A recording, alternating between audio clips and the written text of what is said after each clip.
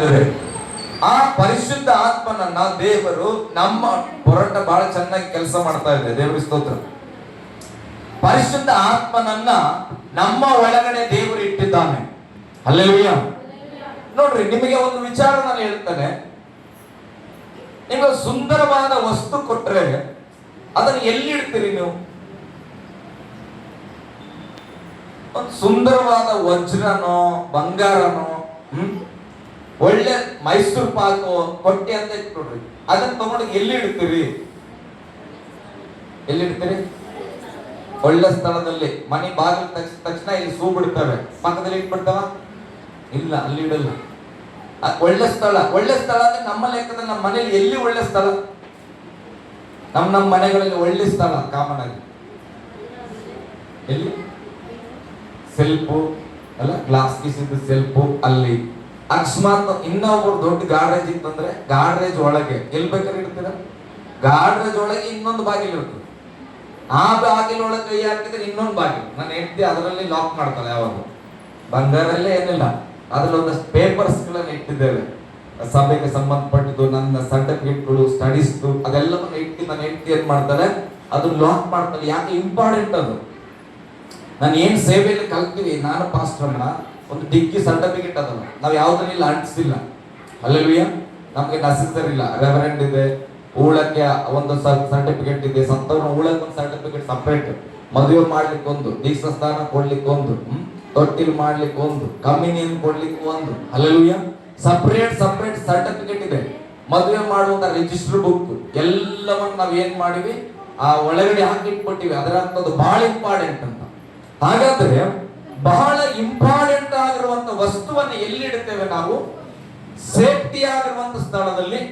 ಯಾವುದೇ ನೀರ್ ಹಾಕ್ಬಾರ್ದು, ಗಲೀಜ್ ಹಾಕ್ಬಾರ್ದು, ಪೇಪರ್ ಹಾಳಾಗ್ಬಾರ್ದು ಅಂತ ಸ್ಥಳದಲ್ಲಿ ತೆಗೆದುಕೊಂಡು ಹೋಗಿ ಅದನ್ನ ಇಡುತ್ತೇವೆ. ಹಾಗಾದ್ರೆ ಈಗ ದೇವರು ತನ್ನ ಪರಿಶುದ್ಧ ಆತ್ಮನನ್ನ ಮನುಷ್ಯರಲ್ಲಿ ಇಡಬೇಕು ಅಂದುಕೊಂಡ್ರೆ ಯಾವ ಮನುಷ್ಯರಲ್ಲಿ ಇಡ್ತಾರ? ಯಾವ ಮನುಷ್ಯರಲ್ಲಿ ಇಡ್ತಾರ? ಯಾವ ಮನುಷ್ಯರಲ್ಲಿ ಇಡ್ತಾರ್ರಿ? ಜಾತಿ ಇಲ್ಲ, ಧರ್ಮ ಇಲ್ಲ. ಇದ್ರಲ್ಲಿ ದೇವರು ಕೇಳುದು, ಒಬ್ಬ ಮನುಷ್ಯ ಯೇಸುವನ್ನು ನಂಬುವುದರ ಮುಖಾಂತರ ಪಾಪದಿಂದ ಬಿಡುಗಡೆ ಹೊಂದಿ, ನಿನ್ನೆ ವಾಕ್ಯದಲ್ಲಿ ಕೇಳಿದ ಹಾಗೆ ಪೂರ್ವ ಸ್ಥಿತಿ ಎಲ್ಲ ಹೋಗಿ ನೂತನ ಸ್ಥಿತಿಗೆ ಬಂದ್ರೆ, ಆ ನೂತನವಾದ ಮನುಷ್ಯನ ಹೃದಯ ಖಾಲಿ ಆಗಿರುತ್ತೆ. ಆ ಮನುಷ್ಯನ ಮೆದುಳಲ್ಲಿ ಅಥವಾ ಪ್ರಾಣದಲ್ಲಿ, ಆತ್ಮದಲ್ಲಿ ಯಾವುದೇ ಪಾಪದ ಸ್ವಭಾವ ಇರುವುದಿಲ್ಲ. ಎಲ್ಲ ಸಿಲುಬೆಗಾಗಿ ಜಡಿಯಲ್ಪಟ್ಟಿದೆ. ಈಗ ಆತನ ಪರಿಶುದ್ಧ ಮನುಷ್ಯನಾಗಿರುವ ಕಾರಣ ಈಗ ದೇವರು ತನ್ನ ಪರಿಶುದ್ಧ ಆತ್ಮನನ್ನ ಅವನ ಸಂಗಡ ಇಡುತ್ತಾನೆ. ಹಲ್ಲೆಲೂಯಾ. ಹಾಗಾದ್ರೆ ಆತನು ನಮ್ಮ ಜೊತೆಲೇ ಇರಬೇಕಾದ್ರೆ ನಾವು ಪರಿಶುದ್ಧತೆಯಲ್ಲಿ ಇರಬೇಕು. ಈಗ ಗಾಡ್ರೇಜ್ ಅಕಸ್ಮಾತ್ ಆಗಿ ಒಳಗಡೆ ಬಣ್ಣ ಎಲ್ಲ ಹೋಗ್ಬಿಡ್ತು, ಗಾಡ್ರೇಜ್ ನಾವು ಎಲ್ಲಿ ಡಾಕ್ಯುಮೆಂಟ್ ಇಟ್ಟಿದ್ವಲ್ಲ ಅಲ್ಲಿ, ಅದಕ್ಕೆ ಇದ್ದಕ್ಕಿದ್ದ ಹಾಗೆ ಸ್ವಲ್ಪ ಮಳೆಗಾಲದಲ್ಲಿ ಒಂದೊಂದು ಗಾಡ್ರೇಜ್ ಏನಾಯ್ತು, ಸ್ವಲ್ಪ ಈ ತುಕ್ಕಿಡಿಯುವಂತಾಯ್ತು. ಏನಂತಿರೋದಕ್ಕೆ ಮಳೆ ಬಂದಾಗ? ಕಂದ ನಂಜು. ಅದೇ ನಾನು ಹೇಳಿದ್ದೆ. ಓಕೆ, ಅಲ್ಲಿ ಸ್ವಲ್ಪ ನೀರ್ ಬರಕ್ ಪ್ರಾರಂಭ ಮಾಡುತ್ತೆ. ಆ ಡಾಕ್ಯುಮೆಂಟ್ ಹತ್ತುತ್ತಾ ಇದ್ದೆ. ಯಾವತ್ತು ಹೋಗಿ ನೋಡ್ದೆ ನೀನು ಏನ್ ಮಾಡ್ತೀಯಪ್ಪ? ಆಗ ಒಳ್ಳೇದಾಯ್ತು, ಇದೆಲ್ಲ ಹಾಳಾಗ್ತಿದೆ, ಇಲ್ಲೇ ಇರ್ಲಿ ಅಂತ ಏನ್ ಮಾಡ್ತೀಯ? ತೆಗೆದು ಬೇರೆ ಕಡೆಗೆ ಇಡ್ತೀಯ. ವಚನ ಅದನ್ನ ಹೇಳುತ್ತೆ ಪ್ರಕಟಣೆ ಪುಸ್ತಕದಲ್ಲಿ, ನಾನು ಹತ್ತಿಸಿದ ದೀಪವು ಬೆಳಗದೆ ಹೋದ್ರೆ ನಾನು ಚಿಂತೆ ಮಾಡಲ್ಲ, ಆ ದೀಪನ ತೆಗೆದು ಬೇರೆ ಸ್ಥಳದಲ್ಲಿ ಇಟ್ಕೊಡ್ತೇನೆ. ಸಿಂಪಲ್. ಹಲ್ಲೆಲೂಯಾ. ದೇವರು ನಿನ್ನನ್ನು ಆರಿಸಿಕೊಂಡನು ತಾಯಿಯ ಗರ್ಭದಲ್ಲಿ. ನಿನ್ನೆ ಹೇಳಿವಲ್ಲ, ತಾಯಿಯ ಗರ್ಭದಿಂದ ಆರಿಸಿಕೊಂಡರು. ಇವಳು ಏನೋ ಮಾಡಬೇಕು ಅಮ್ಮ, ಹಿಂಗೆ ಬದುಕಬೇಕು, ನನ್ನ ರಾಜ್ಯದಲ್ಲಿ ನನ್ನ ಮಗಳಾಗಿ ನನ್ನ ಮಗನಾಗಿ ಬೆಳಗ್ಬೇಕಂತ ಕರ್ಕೊಂಡು ಇಟ್ರೆ, ನಾವ್ ಯಾವಾಗಲೂ ಮಂಕಾಗಿ ಪುಟ್ಟೆ ಮೇಲೆ ಏನು ಒಂದ್ ಕ್ಯಾಂಡ್ ಹಚ್ಚಿ ಅದ್ರ ಮೇಲೆ ಒಂದು ಗ್ಲಾಸ್ ತಗೊಂಡ್ಬಿಡು, ಏನಾಗ್ತದ? ಅದು ಆರೋಗ್ಯ ಗಾಳಿ ಇಲ್ಲ. ಹಾಗೆ ನಾವು ಯಾವಾಗ್ಲೂ ಎಷ್ಟೇ ದೇವ್ರು ಬೆಂಕಿ ಹಚ್ಚಿ ಹಚ್ಚಿ ಹಚ್ಚಿ ಫೈರ್ ಮಾಡಿದ್ರು ಕೂಡ ನಾವು ಮತ್ತೆ ತಣ್ಣಗೆ ಹಾಕ್ಬೇಕು. ದೇವ್ರು ಸಾಕಾಗ್ಬಿಟ್ರೆ ದೇವ್ರು ಏನ್ ಮಾಡ್ತಾನೆ? ತೆಗೆದು ಬೇರೆ ಸ್ಥಳ ಇಡ್ತಾನೆ. ಹಲ್ಲೆಲೂಯಾ. ಗಟ್ಟಿಯಾಗಿ ಹಲ್ಲೆಲೂಯಾ. ನಾನು ಇಂಟ್ರೊಡ್ಯೂಸ್ ಮಾಡ್ತಾ ಇದ್ದೇನೆ. ಪರಿಶುದ್ಧಾತ್ಮನ ನಮ್ಮಲ್ಲಿ ಇರಬೇಕಂದ್ರೆ ಎಷ್ಟು ಪರಿಶುದ್ಧತೆಯನ್ನು ನಾವು ಕಾಪಾಡ್ಕೊಳ್ಬೇಕು ಅನ್ನೋದ್ರ ಬಗ್ಗೆ ನಾವು ಜಾಗೃತಿ ಮಾಡ್ಕೊಳ್ಬೇಕು. ನೀನು ಎಷ್ಟೇ ಪಾಪದಲ್ಲಿ ಇರೋ ಚಿಂತೆ ಮಾಡಬೇಡ. ಯೇಸುವನ್ನು ನಂಬಿದ ತಕ್ಷಣ ನಿನ್ನ ಪಾಪ ಕಳಚಿ ಹೋಯಿತು, ನೀನು ನೂತನ ಸೃಷ್ಟಿ. ನೂತನ ಸೃಷ್ಟಿ ಆಗಿದ್ಮೇಲೆ ಬೈಬಲ್ ಹೇಳುತ್ತೆ, ನಾನು ನಿಮಗೆ ಒಬ್ಬ ಸಹಾಯಕನನ್ನ ಕೊಡುತ್ತೇನೆ. ಹಲ್ಲೆಲೂಯಾ. ಒಬ್ಬ ಅಂತ ಯಾರಿಗೆ ಕರಿತೇವೆ? ಒಬ್ಬನ ಕೆಲಸ ಕರಿಬೇಕು ಅರ್ಥ ಏನು? ನಮ್ಮ ಮನೆಗೆ ಒಬ್ಬನ ಕೆಲಸ ಕರಿಬೇಕು ಅಂದ್ರೆ ನಿಮ್ಗೆ ಏನ್ ಅನ್ಸ್ತದೆ? ಶ್ವೇತಕನ್ ಕರಿಬೇಕಂತನ? ಮತ್ತೆ ಏನು ಮಾತಾಡ್ಬೇಕಂತೆ?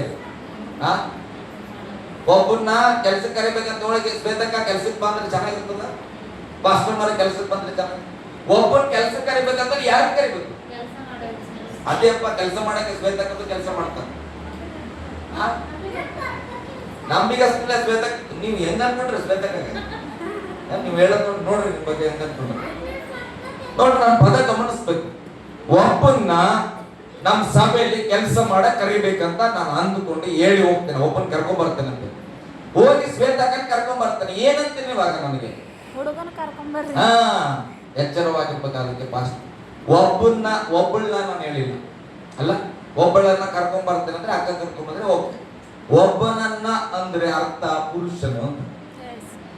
ನಾನು ನಿಮಗೆ ಒಬ್ಬ ಸಹಾಯಕನನ್ನ ಕೊಡುತ್ತೇನೆ ಅಂದ್ರೆ ಪವಿತ್ರಾತ್ಮ ಪುರುಷ ಅಂತ ಅರ್ಥ. ನಿಮಗೆ ಚೆನ್ನಾಗಿ ತಿಳ್ಕೊಬೇಕು ನೀವು.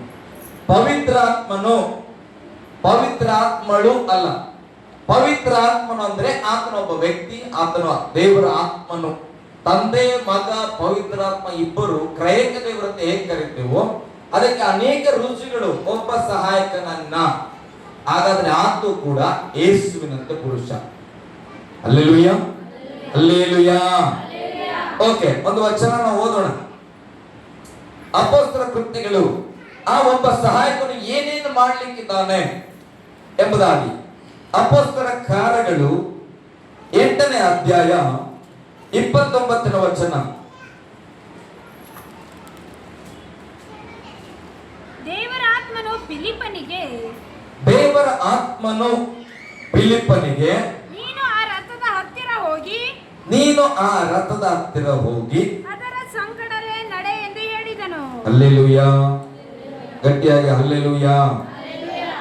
ದೇವರ ಆತ್ಮನು ಫಿಲಿಪ್ಪನಿಗೆ ನೀನು ಆ ರಥದ ಹತ್ತಿರ ಹೋಗಿ ಅದರ ಸಂಗಡಲೇ ನಡೆ ಎಂದು ಏನ್ ಮಾಡಿದನು?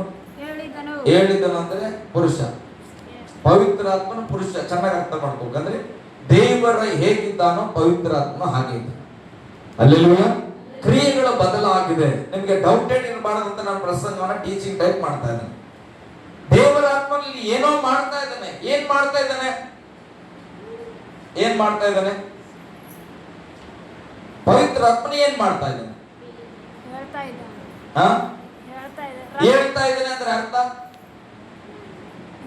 ನಾನು ಏನ್ ಮಾಡ್ತಾ ಇದ್ದೇನೆ? ಈಗ ಹೇಳ್ತಾ ಇದ್ದೇನೆ. ಇನ್ನೊಂದು ರೀತಿಯಲ್ಲಿ ಬೇರೆ ಏನಂತ ಈಗ ಬೇರೆ ಹೊರಗಿನವ್ರು ಗೊತ್ತಿಲ್ಲ ಏನಂತಾರ ಅವರು? ಮಾತಾಡಕತ್ತಾನ ಅಂತ ಅಲ್ಲ, ಅಂದ್ರೆ ಮಾತಾಡ್ತಾ ಇದ್ದಾನಂತ. ಪವಿತ್ರಾತ್ಮನು ನಮ್ಮ ಒಳಗೆ ದೇವರು ಸಹಾಯಕ್ಕಾಗಿ ಕೊಟ್ಟಿದ್ದಾನೆ. ನಿಮ್ಮ ಒಳಗಡೆ ಇದ್ದಾನೆ ಒಂದು ಆಮೇಲೆ ನಂಬುವ ಎಲ್ಲರ ಒಳಗಡೆ ಪವಿತ್ರಾತ್ಮನನ್ನ ದೇವರು ಕೊಡ್ಲಿಕ್ಕೆ ಶಕ್ತನು ಕೊಟ್ಟಿದ್ದಾನೆ. ನಿಮ್ಮ ಒಳಗಡೆ ಪವಿತ್ರಾತ್ಮನ ಇರುವುದಾದ್ರೆ ಇಲ್ಲಿ ವಚನ ಹೇಳುತ್ತೆ, ಪವಿತ್ರ ಆತ್ಮನು, ದೇವರ ಆತ್ಮನು ಫಿಲಿಪ್ಪಿಯನ ಸಂಗಡ ಮಾತಾಡ್ತಾ ಇದ್ದಾನೆ. ಹಾಗಾದ್ರೆ ಪವಿತ್ರಾತ್ಮನು ಮಾತನಾಡುವವನಾಗಿದ್ದಾನೆ. ಒಂದು ಆಮೇಲೆ ಹೇಳ್ಬೋದು ಈ ಮಾತಿಗೆ. ಹಲ್ಲೆಲೂಯಾ. ಪವಿತ್ರಾತ್ಮನು ಮೌನವಾಗಿ ಕೂತುಕೊಳ್ಳುವಂಗಿಲ್ಲ. ಪವಿತ್ರಾತ್ಮನು ನಮ್ಮ ಸಂಗಡ ಮಾತನಾಡುವವನಾಗಿದ್ದಾನೆ. ಅರಸೇ ನೀನು ವಾಕ್ಯ ಹೇಳಿದ್ದು ತಪ್ಪು ಅಂತ ಮಾತಾಡ್ತಾನೆ. ಅರಸೇ ನೀನು ವಾಕ್ಯ ಹೇಳಿದ್ದು ಸರಿ ಅಂತ ಮಾತನಾಡ್ತಾನ. ನೀನು ಹೋಗ್ತಾ ಇರುವ ಮಾರ್ಗ ತಪ್ಪು ಅಂತ ಮಾತನಾಡ್ತಾನ. ನೀನ್ ಇಂಥ ಮಾರ್ಗದಲ್ಲೇ ಹೋಗ್ಬೇಕಂತ ಮಾತನಾಡ್ತಾನ. ಫಿಲಿಪ್ಪಿಯ ಸಂಗಡ ದೇವರ ಆತ್ಮನ ಮಾತಾಡ್ತಾ ಇದೀನಿ. ಏನಂತ? ಫಿಲಿಪ್ಪನೇ, ನೀನು ಆ ರಥದ ಹತ್ತಿರ ಹೋಗಿ ಆ ರಥದ ಸಂಗಡಲೇ ನಡಿಯಂತ. ಹಲ್ಲೆಲೂಯಾ. ನಮ್ಗೆ ಯಾರು ಹೇಳ್ತಾರ್ರಿ ಜ್ಞಾನನ? ಯಾರು ಹೇಳಲ್ಲ. ಕತ್ತೆ ಬಾಲ ಕುದುರೆ ಚುಟ್ಟು ಹೋಗ್ಲ. ನಿನಗೆ ಪವಿತ್ರಾತ್ಮ ನಿನ್ನ ಒಳಗಡೆ ಇದ್ರೆ ಪವಿತ್ರಾತ್ಮನು ನಿನಗೆ ಒಳ್ಳೆ ಆಲೋಚನೆ ಹೇಳ್ತಾನೆ. ನೀನು ಹೇಗೆ ನಡಿಬೇಕು, ನೀನು ಹೇಗೆ ಬದುಕಬೇಕು, ನಿನ್ನ ಜೀವಿತವನ್ನ ದೇವರಲ್ಲಿ ಹೇಗೆ ಆಶೀರ್ವಾದ ಮಾಡ್ಕೊಳ್ಬೇಕು. ಬೈಬಲ್ ಹೇಳ್ತಾರೆ ರೋಮ 8ನೇ ಅಧ್ಯಾಯದಲ್ಲಿ, ನಮ್ಮ ಆಸಕ್ತಿ ನಮ್ಮ ಬಲಹೀನತೆಯನ್ನು ನೋಡಿ ಪವಿತ್ರಾತ್ಮ ಪ್ರಾರ್ಥನೆ ಸಹಾಯ ಮಾಡ್ತಾನಂತ. ಹಲ್ಲೆಲೂಯಾ. ಗಟ್ಟಿಯಾಗಿ ಹಲ್ಲೆಲೂಯಾ. ಪ್ರಾರ್ಥನೆ ಮಾಡಕ್ಕೆ ಬರಲ್ಲ ಸರ್, ಚಿಂತೆ ಮಾಡ್ಬೇಡ್ರಿ ಸರ್, ನೀವು ನಿಂತ್ಕೊಳ್ರಿ ಸರ್, ನಿಮ್ ಸಂಗಡ ಪವಿತ್ರಾತ್ಮ ನಿಮ್ಗೆ ಸಹಾಯ ಮಾಡ್ತಾನೆ, ನೀನ್ ಸ್ತೋತ್ರ ಮಾಡ್ಲಿಕ್ಕೆ. ಬೈಬಲ್ ಹೇಳುತ್ತೆ, ಹೇಗೆ ಪ್ರಾರ್ಥನೆ ಮಾಡಬೇಕು ಅಂತ ನಮಗೆ ಗೊತ್ತಿಲ್ಲದೆ ಇರುವಾಗ ನರಳಾಟದಲ್ಲಿ ನಮ್ಮ ಸಂಗಡ ಪವಿತ್ರಾತ್ಮನು ನಮ್ಮ ಜೊತೆಯಲ್ಲಿ ಪ್ರಾರ್ಥಿಸುವವನಾಗಿದ್ದಾನೆ. ಅಲ್ಲೇಲುಯಾ, ಗಟ್ಟಿಯಾಗಿ ಅಲ್ಲೇಲುಯಾ. ನೀನು ನಾರ್ಮಲ್ ಆಗಿ ಪ್ರೇಯರ್ ಮಾಡ್ತಾ ಇದ್ರು ಕೂಡ ಪವಿತ್ರಾತ್ಮನ ನರಳಾಟದಲ್ಲಿ ಪ್ರಾರ್ಥನೆ ಮಾಡ್ತಾನಂತ ನಿನಗಾಗಿ. ಅಲ್ಲೇಲುಯಾ, ಎಚ್ಚರವಾಗಿರ್ಬೇಕು.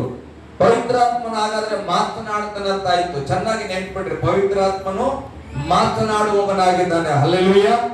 ಇನ್ನೊಂದು ವಚನ, ಗಲಾತ್ಯದವರಿಗೆ ಬರೆದ ಪತ್ರಿಕೆ 5ನೇ ಅಧ್ಯಾಯ 18ನೇ ವಚನ ಓದೋಣ.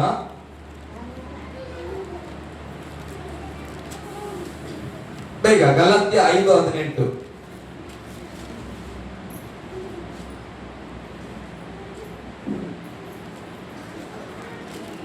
ಪತ್ರಿಕೆ ಭಾಗದಲ್ಲಿ ಆದರೆ ನೀವು ಆತ್ಮನಿಂದ ನಡೆಸಿಕೊಳ್ಳುವವರಾದರೆ, ಏನಂತ? ನೀವು ಆತ್ಮನಿಂದ ನಡೆಸಿಕೊಳ್ಳುವವರಾದರೆ ನೇಮ ನಿಷ್ಠೆಗಳಿಗೆ ಅಧೀನರಲ್ಲ, ಶರೀರ ಭಾವದ ಕರ್ಮಗಳು ಪ್ರಸಿದ್ಧವಾಗಿಯೇ ಅವೆ. ಹಾಗಾದ್ರೆ ಆ ಆತ್ಮನು ನಡೆಸುವವನು, ವಚನ ಇರ್ತದೆ, ಆತ್ಮನಿಂದ ನಡೆಸಿಕೊಳ್ಳುವವರಾದರೆ. ಹಲ್ಲೆಲೂಯಾ. ಹಾಗಾದ್ರೆ ಆ ಆತ್ಮನು ನಮ್ಮನ್ನ ನಡೆಸಲಿಕ್ಕೂ ಆತನ ಶಕ್ತನು. ಅರ್ಥ ಮಾಡ್ಕೊಳ್ಬೇಕು, ನಮ್ಮನ್ನ ನಡೆಸೋರು ಯಾರಿಲ್ಲ, ನಮಗೆ ಸಹಾಯ ಮಾಡೋರು ಯಾರಿಲ್ಲ, ಇದೆಲ್ಲ ಪದಗಳನ್ನ ನಾವು ತೆಗಿಬೇಕು. ಬೈಬಲ್ ಇರುತ್ತೆ, ನಿಮ್ಮ ಜೊತೆ ಮಾತನಾಡಲಿಕ್ಕೆ ಪವಿತ್ರಾತ್ಮನಿದ್ದಾನೆ, ನಿಮ್ಮನ್ನ ನಡೆಸುವುದಕ್ಕೆ ಪವಿತ್ರಾತ್ಮನಿದ್ದಾನೆ. ಇಲ್ಲಿ ವಚನ ಹೇಳ್ತದೆ, ಆತ್ಮನಿಗೆ ಅನುಸಾರವಾಗಿ ನಡೆಸಿಕೊಳ್ಳುವುದಾದರೆ. ಅಲ್ಲೇಲುಯಾ, ಗಟ್ಟಿಯಾಗಿ ಅಲ್ಲೇಲುಯಾ. ಪವಿತ್ರಾತ್ಮನ ಮೊದಲನೇದಾಗಿ ಏನ್ ಮಾಡ್ತಾನ್ರಿ? ಮಾತಾಡುತ್ತಾನೆ. ಪವಿತ್ರಾತ್ಮನು ಮಾತನಾಡುವವನು, ಪವಿತ್ರಾತ್ಮನು ನಡೆಸುವವನು. ಹಲ್ಲೆಲೂಯಾ. ಇನ್ನೊಂದು ವಚನ, ಯೋಹಾನ ಬರೆದ ಸುವಾರ್ತೆ 14:26. ಬೇಗ ಬೇಗ, ಯೋಹಾನ 14:26.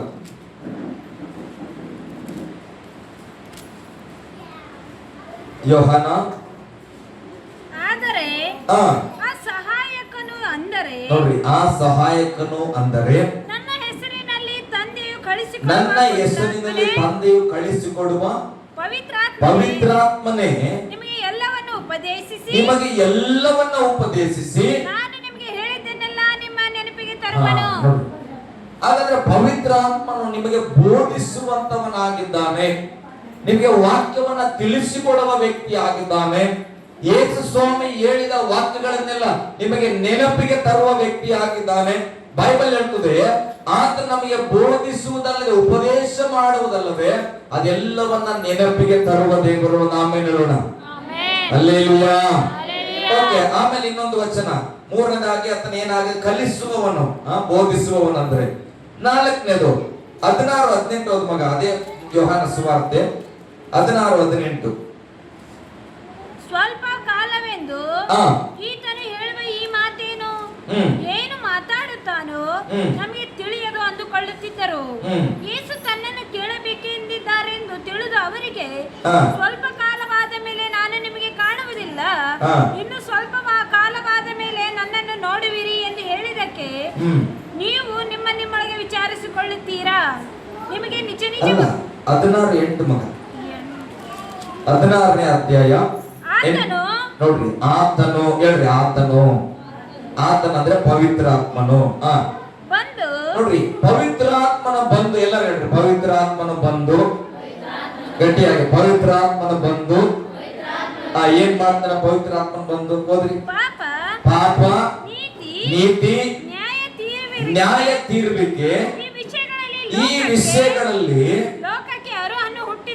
ಪವಿತ್ರಾತ್ಮನ ಬಂದು ಏನ್ ಮಾಡ್ತಾನಂದ್ರೆ, ಒಂದು ಪಾಪ ಮತ್ತೆ ನೀತಿ ನ್ಯಾಯ ತೀರ್ಪಿನ ಬಗ್ಗೆ ಆತನು ಅರಿವನ್ನ ಹುಟ್ಟಿಸುತ್ತಾನೆ, ಅಂದ್ರೆ ಜ್ಞಾನವನ್ನ ಹುಟ್ಟಿಸುತ್ತಾನೆ. ಪಾಪ ಅಂದ್ರೆ ಏನು, ಆ ನೀತಿ ಅಂದ್ರೆ ಏನು, ನ್ಯಾಯ ತೀರ್ಪು ಅಂದ್ರೆ ಏನು, ಈ 3 ಕಾರ್ಯಗಳ ಬಗ್ಗೆ ಪವಿತ್ರಾತ್ಮನು ನಮಗೆ ಆತನು ತಿಳಿಸಿಕೊಡುವ ದೇವರು, ಅರಿವು ಹುಟ್ಟಿಸೋದು. ಹಲ್ಲೆಲೂಯಾ, ಗಟ್ಟಿಯಾಗಿ ಹಲ್ಲೆಲೂಯಾ. ನೋಡ್ರಿ, ಡಿಸ್ಟರ್ಬ್ ಆಗ್ಬಿಟ್ರಿ, ದಯಮಾಡಿ ಪವಿತ್ರಾತ್ಮನ ಬಗ್ಗೆ ನೀವು ಚೆನ್ನಾಗಿ ಅರ್ಥ ಮಾಡ್ಕೊಂಡ್ಬಿಟ್ರೆ ನಿಮ್ ಲೈಫ್ ಸ್ಟೈಲ್ ಬದಲಾಗ್ತದೆ, ನಿಮ್ ಚಿಂತನೆಗಳು ಬದಲಾಗುತ್ತೆ. ಹಲ್ಲೆಲೂಯಾ. ಬೈಬಲ್ ಹೇಳುತ್ತೆ, ವಚನ 7ನೇದಲ್ಲಿ ಹೇಳ್ತದೆ, ಆದರೂ ನಾನು ನಿಮಗೆ ಸತ್ಯವನ್ನು ಹೇಳುತ್ತೇನೆ ಕೇಳಿರಿ, ನಾನು ಹೋಗುವುದು ನಿಮಗೆ ಹಿತಕರವಾಗಿದೆ. ಹೇಗೆಂದರೆ ನಾನು ಹೋಗದೆ ಹೋದರೆ ಆ ಸಹಾಯಕನು ನಿಮ್ಮ ಬಳಿಗೆ ಬರುವುದಿಲ್ಲ, ನಾನು ಹೋದರೆ ಆತ ನಿಮ್ಮ ಬಳಿಗೆ ಕಳಿಸಲ್ಪಡುತ್ತಾನೆ. ಆತನು ಬಂದು ಪಾಪದ ಬಗ್ಗೆ ತಿಳಿಸ್ಕೊಡ್ತಾನೆ, ನೀತಿಯ ಬಗ್ಗೆ ತಿಳಿಸ್ಕೊಡ್ತಾನೆ, ನ್ಯಾಯ ತೀರ್ವಿಕೆಯ ಬಗ್ಗೆ ವಿಷಯಗಳಲ್ಲಿ ನನಗೆ ಮಾತ್ರವಲ್ಲ ಇಡೀ ಲೋಕಕ್ಕೆ ಅರಿವನ್ನು ಹುಟ್ಟಿಸುವ ದೇವರಾಗಿದ್ದಾನೆ. ಹಲ್ಲೆಲೂಯಾ. ಗಟ್ಟಿಯಾಗಿ ಹಲ್ಲೆಲೂಯಾ. ನೀನ್ ಮಾಡುವ ಕಾರ್ಯ ಇದು ಪಾಪನ ನೀತಿನ ಅಂತ ನಿನಗೆ ತಟ್ಟಂತ ಮನಸ್ಸಿಗೆ ಗೊತ್ತಾಗ್ಬೇಕಂದ್ರೆ ನಿನ್ನ ಒಳಗಡೆ ಪವಿತ್ರಾತ್ಮನ ಇರಬೇಕು. ಹಲ್ಲೆಲೂಯಾ. ಪವಿತ್ರಾತ್ಮನಿದ್ರೆ ನಿನ್ನ ಆಲೋಚನೆ ಮಾಡುವಾಗಲೇ ಅಂತ ಹೇಳ್ತಾನೆ, ಇದು ಪಾಪದ ಸಂಗತಿ ಬಿಟ್ಬಿಡು. ಹಲ್ಲೆಲೂಯಾ. ಇದು ನೀತಿ ದೈವವಾಗಿ ಹೆಜ್ಜೆ ಇಡು. ಯಾಕೆ? ಪವಿತ್ರಾತ್ಮನನ್ನು ನಮ್ಮ ಒಳಗೆ ಇಟ್ಟಿರೋದೇ ಈ ಪಾಪ ನೀತಿಯ ಬಗ್ಗೆ ನ್ಯಾಯ ತಿರುವಿಕೆಯನ್ನು ನಮಗೆ ಕೊಡ್ಲಿಕ್ಕೆ. ಯಾವುದನ್ನ ಆಯ್ಕೆ ಮಾಡಿಕೊಳ್ಬೇಕು, ಯಾವುದನ್ನ ಆಯ್ಕೆ ಮಾಡಿಕೊಳ್ಬಾರ್ದು ಅನ್ನತಕ್ಕಂಥ ಜ್ಞಾನವನ್ನ ಕೊಟ್ಟು ನಮ್ಮನ್ನು ನಡೆಸಲಿಕ್ಕೆ ದೇವರು ಪವಿತ್ರಾತ್ಮನನ್ನ ಕೊಟ್ಟಿದ್ದಾನೆ. ಹಲ್ಲೆಲೂಯಾ. ಗಟ್ಟಿಯಾಗಿ ಹಲ್ಲೆಲೂಯಾ. ಓಕೆ, ಅಷ್ಟೇ ಮಾತ್ರ ಮಾಡ್ತಾನ ಪವಿತ್ರಾತ್ಮನು. ಮತ್ತೆ ಏನ್ ಮಾಡ್ತಾನೆ? ರೋಮಪುರದವರಿಗೆ ಬಂದ ಪತ್ರಿಕೆ ನನಗೆ ಬಹಳ ಇಷ್ಟ ವಚನ, 15:30 ಓದ್ರಿ. ರೋಮಪುರದವರಿಗೆ ಬರೆದ ಪತ್ರಿಕೆ. ಸಹೋದರರೇ, ನೀವು ನಮಗೋಸ್ಕರ ದೇವರ ಮುಂದೆ ಮಾಡುವ ಪ್ರಾರ್ಥನೆಗಳಲ್ಲಿ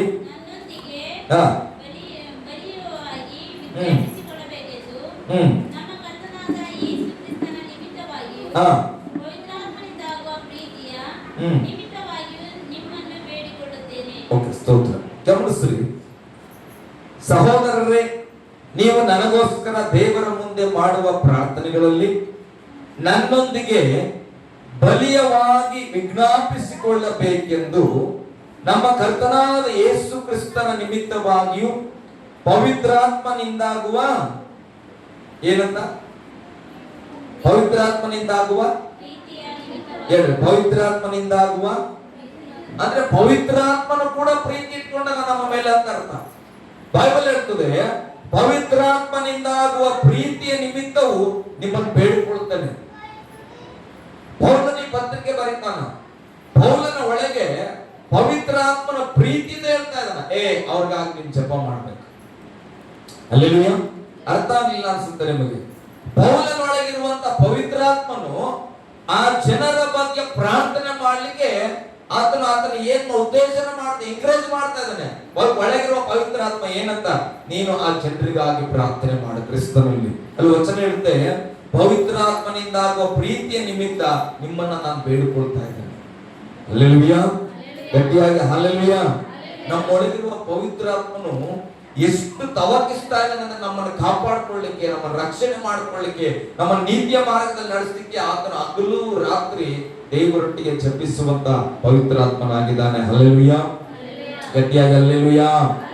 ಅದಕ್ಕೆ ನಾನು ಕೇಳ್ತೇನೆ, ನಿಮ್ಮೊಳಗೆ ಪವಿತ್ರಾತ್ಮನ ಹೇಳ್ಬೇಡ್ರಿ. ನಿಮ್ಮ ಅನುಭವಕ್ಕೆ ನೆನಪಿಗೆ ಬರಲಿ. ನೀವೇನಾದ್ರೂ ಒಂದು ಕೆಲಸ ಮಾಡುವಾಗ, ಒಂದು ನಿರ್ಧಾರ ತೆಗೆದುಕೊಳ್ಳುವಾಗ, ಒಂದು ಮಾತಾಡುವಾಗ ನಿಮ್ಮ ಒಳಗಡೆ 2 ರೀತಿಯಾದ ಆತ್ಮನ ಕಾರ್ಯಗಳು ನಡೆಯುತ್ತೆ. ಶಾರೀರಿಕವಾದ ಕ್ರಿಯೆಗಳು, ಆತ್ಮೀಯವಾದ ಕ್ರಿಯೆಗಳು. ಶಾರೀರಿಕವಾದ ಕ್ರಿಯೆಗಳು ನಾನು ನಿನ್ನೆ ಹೇಳ್ತಿದ್ದ ಹಾಗೆ, ನಮ್ ನಮ್ರತೆ ಏನಾದ್ರು ಸಕ್ಕರೆ ಡಬ್ಬಿ ಹೊಡೆದಾಕ್ಬಿಟ್ರೆ ಕಣ್ಣು ಹೇಳುತ್ತೆ, ಕಪ್ಪಂತ ಹೋಗು ನೋಡಿ ಸಕ್ಕರೆ ಹಾಳು ಮಾಡ್ಬಿಟ್ಲಂತ. ಇದು ಶಾರೀರಿಕವಾದ ಮನಸ್ಸು. ಅದು ಒಳಗಿರುವ ಪವಿತ್ರಾತ್ಮನ ಮನಸ್ಸು ಹೇಳುತ್ತೆ, ಗೊತ್ತಿಲ್ಲ, ತಪ್ಪು ಮಾಡಿದಲ್ಲ, ಕ್ಷಮಿಸಿ ಆಕೆಗೆ ಬುದ್ಧಿ ಹೇಳ್ಕೊಡು ಅಂತ. ಈಗ ನಾನು ಯಾವ ಮಾತು ಕೇಳ್ತೀನಿ ಅದ್ರ ಮೇಲೆ ಡಿಪೆಂಡ್ ಆಗಿರುತ್ತೆ. ಒಳಗಿರುವ ಪವಿತ್ರಾತ್ಮನ ಮಾತು ಕೇಳಿದ್ರೆ ಹೋಗ್ಲಿ ಬಿಡು ಮಗ, ನೆಕ್ಸ್ಟ್ ಟೈಮ್ ಹಂಗ್ ಮಾಡ್ಬೇಡ ಅಂದ್ರೆ ಅದು ಆಕೆಯ ಮುಖಾಂತರ ಪ್ರೀತಿಯನ್ನ ಸಂಪಾದನೆ ಮಾಡುತ್ತೆ. ನಾನು ಯಾವುದೇ ಪಾಪ ಮಾಡಲ್ಲ, ಆಕೆ ನೆಕ್ಸ್ಟ್ ಟೈಮ್ ಅದನ್ನ ಮಾಡದಂತೆ ಆಕೆ ಎಚ್ಚರವಾಗ್ತಾಳ. ಅದೇ ನಾನು ಏನಾದ್ರೂ ಸಿಕ್ಕಲ್ಲಿ ಹೋಗಿ ಒಂದು ಹೊಡೆದ್ರೆ ಶಾರೀರದ ಮಾತು ಕೇಳಿದ ಕಾರಣ ಬೈಬಲ್ ಹೇಳುತ್ತೆ, ನಿನ್ ಒಂದು ಕೆನ್ನೆ ಕೊಡಿದ್ರೆ ಒಂದು ಕೆನ್ನೆ ತೋರಿಸುತ್ತ. ಈಗ ನಾನು ಮತ್ತೊಬ್ಬರ ಕೆನ್ನೆ ಕೊಡ್ತೀನಿ ಅಂದ್ರೆ ಅರ್ಥ ಏನು? ಏನದು? ದೇವ್ರ ವಾಕ್ಯ ಏನ್ ಹೇಳ್ತೀರಿ? ಒಂದ್ ಕೆನ್ನೆ ಕೊಡಿದ್ರೆ ಒಂದ್ ಕೆನ್ನೆ ತೋರಿಸುತ್ತ. ನಾನು ಹೋಗಿ ಒಂದು ಕೆನ್ನೆ ಕೊಡ್ತೀನಿ ಅಂದ್ರೆ ಅರ್ಥ ದೇವರ ಆಜ್ಞೆಯನ್ನ ಮೀರಿದ್ದೇನೆ. ಬೈಬಲ್ ಅಲ್ಲಿ ಎಲ್ಲದಕ್ಕಿಂತ ದೊಡ್ಡ ಪಾಪ ಯಾವುದು ಅಂದ್ರೆ ದೇವರ ಆಜ್ಞೆ ಮೀರೋದು.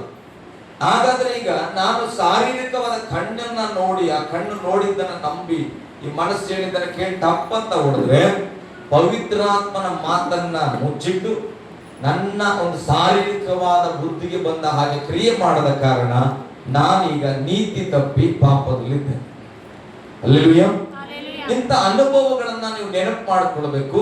ಎಷ್ಟೋ ಸಾರಿ ನಿಮ್ಮ ಮನಸ್ಸು ಯಾವುದೇ ಕೆಲಸ ಕೈ ಎತ್ಕೊಳ್ಳುವಾಗ ಎರಡು ಆಲೋಚನೆಗಳು ಬರುತ್ತೆ ಪ್ರೇರೆ. ಮಾಡಬೇಕಾ ಮಾಡಬಾರ್ದ, ಹೋಗ್ಬೇಕಾ ಹೋಗ್ಬಾರ್ದ, ತಿನ್ಬೇಕಾ ತಿನ್ನಬಾರ್ದ, ಹಾಡಬೇಕಾ ಇವತ್ತು ಹಾಡಬಾರ್ದ. ಹಲ್ಲೆಲೂಯಾ. ಆದ್ರೆ ಎರಡರಲ್ಲಿ ಒಳ್ಳೆದ್ ಯಾವುದು ಅಂತ ತಿಳ್ಕೊಳ್ಬೇಕಾದ್ರೆ ನಿನಗೆ ಪವಿತ್ರಾತ್ಮನ ಸಹಾಯ ಬೇಕು. ಹಲ್ಲೆಲೂಯಾ. ಗಟ್ಟಿಯಾಗಿ ಹಲ್ಲೆಲೂಯಾ. ಅಥವಾ ಅದು ಎರಡು ಗೊಂದಲನೇ ಆಗ್ಬಿಡುತ್ತಂತ ಇಟ್ಕೊಳ್ರಿ. ಬೈಬಲ್ ಹೇಳುತ್ತೆ ಯಾಕೋಬನ ಬರೆದ ಪತ್ರಿಕೆಯಲ್ಲಿ ನಂಬಿಕೆಯು ಆಧಾರವಿಲ್ಲದೆ ಮಾಡುವುದೆಲ್ಲವೂ ಪಾಪ. ಅರ್ಥ ಆಗಿದೆನ? ಎರಡು ವಿಷಯದಲ್ಲಿ ನಂಬಿಕೆನೇ ಬರಲಿಲ್ಲ, ತಲೆ ಕೆಡಿಸ್ಕೊಂಡ್ಬಿಡೋದು, ಸ್ವಿಚ್ ಆಫ್ ಮಾಡೋದು, ಯಾವುದು ಮಾಡಬೇಡ್ರಿ. ಬೈಬಲ್ ಅದಕ್ಕೆ ಹೇಳ್ತಾ ಏನು ಮಾಡಬೇಕು ಅಂತ ಗೊತ್ತಾಗದೆ ಇದ್ದಾಗ ಏನೂ ಮಾಡಬೇಡ, ಸುಮ್ಮನೆ ನಿಂತ್ಕೊಂಡು ದೇವರು ಮಾಡೋ ಕಾರ್ಯ ನೋಡು. ನಾವೇನ್ ಮಾಡ್ತೇವೆ, ಗಲಿಬಿಲಿಯಲ್ಲಿ ಕೆಲವು ಕಾರ್ಯಗಳನ್ನು ಆಯ್ಕೆ ಮಾಡುತ್ತೇವೆ. ಅದು ನಮ್ಮನ್ನ ನೀತಿಗಾದ್ರೂ ನಡೆಸ್ಬೋದು, ಪಾಪದಲ್ಲಾದ್ರೂ ನಡೆಸ್ಬೋದು, ಗೊತ್ತಿಲ್ಲ.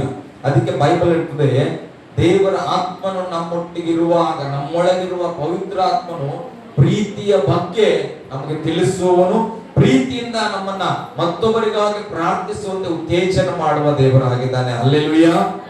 ಗಟ್ಟಿಯಾಗಿ ಹಲ್ಲೆಲೂಯಾ. ಓಕೆ, ನಾನು ಕೆಲವು ವಿಷಯಗಳನ್ನ ಹೇಳ್ತೇನೆ, ಸಮಯ ಇಲ್ಲ.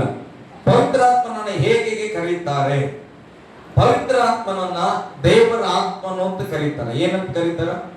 ನನ್ನ ಜೊತೆಲಿ ಹೇಳಿರ್ತಾರೆ, ದೇವರ ಆತ್ಮನು. ಮತ್ತೆ ಕ್ರಿಸ್ತನ ಆತ್ಮನು ಅಂತ ಕರೀತಾರ. ಏನ್ ಕರೀತಾರ? ಕ್ರಿಸ್ತನ ಆತ್ಮನು. ನಿತ್ಯ ಆತ್ಮನು, ನಿತ್ಯಾತ್ಮನು ಅಂತ ಕರೀತಾರ. ಏನ್ ಕರೀತಾರ? ಸತ್ಯದ ಆತ್ಮನು. ಹೇಳ್ರಿ, ಗಟ್ಟಿಯಾಗಿ ಹೇಳ್ರಿ. ಪವಿತ್ರಾತ್ಮ ಬೈಬಲ್ ಓದುವಾಗ ಈ ಪದಗಳು ಬರುವ ಸ್ಥಳದಲ್ಲಿ ಪವಿತ್ರಾತ್ಮನ, ಸತ್ಯದ ಆತ್ಮನು ಅಂದ್ರೆ ಅವು ಬೇರೆ ಅಲ್ಲ, ಪವಿತ್ರಾತ್ಮನೇ. ನಿತ್ಯಾತ್ಮನು ಆತನು ಪವಿತ್ರಾತ್ಮನೇ. ಹಲ್ಲೆಲೂಯಾ. ಹಾಗೆ ಕೃಪಾ ವರಗಳನ್ನ ಕೊಡುವ ಆತ್ಮನು ಯಾರು? ಪವಿತ್ರಾತ್ಮನು. ಮಹಿಮೆ ಉಳ್ಳ ಆತ್ಮನು ಯಾರಾತ? ಪವಿತ್ರಾತ್ಮನು. ಹೇಳ್ಬೇಕು ನನ್ನ ಜೊತೆಯಲ್ಲಿ. ಹಲ್ಲೆಲೂಯಾ. ಸತ್ಯಾರ್ಥಗಳನ್ನ ತಿಳಿಸುವ ಆತ್ಮನು. ನನಗೆ ದೇವರು ಮೊದಲು ಕೊಟ್ಟ ವರ ಅದು. ನನಗೆ ಕೆಲವು ಕಡೆ ಸಮಸ್ಯೆ ಆಯ್ತು, ದೇವರಿಗೆ ಸ್ತೋತ್ರ. ಹಲ್ಲೆಲೂಯಾ. ಕೆಲವ್ರು ಏನೇ ಅವ್ರು ಮಾತಾಡ್ತಾ ಇದ್ರು ಕೂಡ ಒಂದೊಂದ್ಸಾರಿ ಗೊತ್ತಾಗ್ಬಿಡ್ತದ, ಅವ್ರು ಏನೋ ಪ್ರೀತಿ ಮಾಡಕ್ ಮಾತಾಡ್ತಾ ಇರ್ತಾರೆ. ಆದ್ರೆ ನನಗೆ ಗೊತ್ತಾಗ್ತದ ಇವ್ರು ಸುಮ್ಮನೆ ಮಾತಾಡ್ತಾ ಇದಾರೆ ಅಂತ. ನಾನು ತಲೆ ಕೆಡಿಸ್ಕೊಳ್ಳಲ್ಲ. ಅವ್ರು ಹೇಳ್ತಾರೆ, ನಾವು ಅವ್ರ ಎಷ್ಟು ಜೀವ ಮಾಡಿದ್ರು ನಮ್ಮಲ್ಲಿ ಕೇರ್ ಮಾಡಲಿಲ್ಲ. ಹಲ್ಲೆಲೂಯಾ. ಆ ವರಗಳಲ್ಲಿ ದೇವರ ವಾಕ್ಯ ಹೇಳ್ತದೆ, ಸತ್ಯ ಅಸತ್ಯ ಆತ್ಮಗಳನ್ನ ವಿವೇಚಿಸುವ ವರವನ್ನ ದೇವರು ಕೊಡ್ತಾನೆ. ಹಲ್ಲೆಲೂಯಾ. ಅದು ಕೂಡ ಪವಿತ್ರ ಆತ್ಮನು. ಹಲ್ಲೆಲೂಯಾ. ಗುಪ್ತವಾದಂತ ಸಂಗತಿಗಳನ್ನ ತಿಳಿಸುವ ಸತ್ಯಾತ್ಮನಾತನು. ಸಹಾಯಕನು ಅಂತ ಕರೆಯುವಾಗ ಆತನು ಪವಿತ್ರ ಆತ್ಮನು. ವಾಗ್ದಾನದ ಆತ್ಮನು. ಮತ್ತೆ ದೇವ ಪುತ್ರರು. ನಾ ಯಾವಾಗ ಹೇಳ್ತೇನೆ ನೋಡ್ರಿ, ನಾವು ಯಾರು? ದೇವರ ಮಕ್ಕಳು. ನಾನು ದೇವರ ಮಗ, ನಾನು ನೀತಿವಂತನು, ನಾನು ರಕ್ಷಣೆ ಉಳ್ಳವನು, ನಾನು ಪರಲೋಕದ ಬಾಧ್ಯಸ್ಥನು, ಯೇಸುವಿನ ಬಲಪಾಸದಲ್ಲಿ ನಾನು ಕೂತ್ಕೊಳ್ಳುವ ವ್ಯಕ್ತಿ. ನಾನು ನರಕದ ವ್ಯಕ್ತಿ ಅಲ್ಲ, ಯೇಸುವಿನ ಸಂಗಡ ಕೂತ್ಕೊಂಡು ನ್ಯಾಯ ತೀರ್ಪನ್ನ ಕೊಡುವ ಸ್ಥಾನದಲ್ಲಿ ನಾನಿದ್ದೇನೆ. ಕಟ್ಟಡಿಯಲ್ಲಿ ನಿಂತ್ಕೊಂಡು ನನ್ನ ತಪ್ಪಿಗಾಗಿ ಶಿಕ್ಷೆ ಕೊಡ್ರಿ ಸ್ವಾಮಿ ಎನ್ನುವಂತ ನಾನಿಲ್ಲ. ಯೇಸುವನ್ನ ನಂಬಿದ್ದೇನೆ. ನನ್ನ ಮೇಲೆ ಯಾವುದೇ ಅಪರಾಧ ನಿರ್ಣಯವು ಈಗ ಇಲ್ಲವೇ ಇಲ್ಲ. ಎಲ್ಲವನ್ನ ದೇವರು ಮುಗಿಸ್ಯಾನ. ನಾನು ಪರಿಪೂರ್ಣನಾಗಿ ಯೇಸುವಿನಂತೆ ಈ ಲೋಕದಲ್ಲಿ ಇದ್ದೇನೆ. ಇದು ನನ್ನ ನಂಬಿಕೆ. ಈ ನಂಬಿಕೆಯನ್ನ ಹುಟ್ಟಿಸುವಂತ ದೇವ ಪುತ್ರರು ಅಂತ ನಂಬಿಸುವಂತದ್ದು ದೇವರ ಆತ್ಮ ಪ್ರೇರಣೆ. ಹಲ್ಲೆಲೂಯಾ.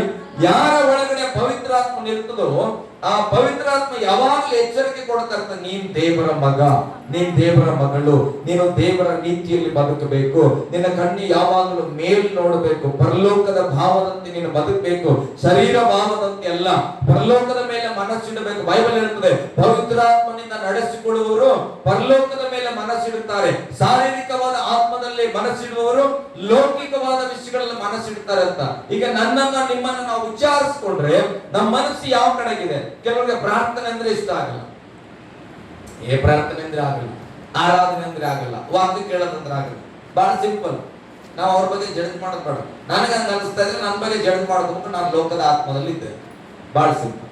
ಬೈಬಲ್ ಹೇಳ್ತದೆ ಅದಕ್ಕೆ ಯೋಹಾನ್ ಬರೆದ ಪತ್ರಿಕೆಯಲ್ಲಿ ಶಿಲುಬೆಯ ವಿಷಯ ಲೋಕದ ಜನಕ್ಕೆ ಹೆಂಗಿದೆ ಅಂತ ಹುಚ್ಚು ಮಾತು. ನೀವು ಏನಾರು ಹೇಳ್ರಿ, 10 ಸತ್ತೋಗಿ ಅವೆಲ್ಲ ಕೊಡ್ರಿ, ಯಾರು ಹೇಳ್ತೀರ? ಯಾಕೆ? ಲೋಕದ ಆತ್ಮನು ಸತ್ಯದ ಆತ್ಮನನ್ನು ಒಪ್ಕೊಳ್ಳಲ್ಲ.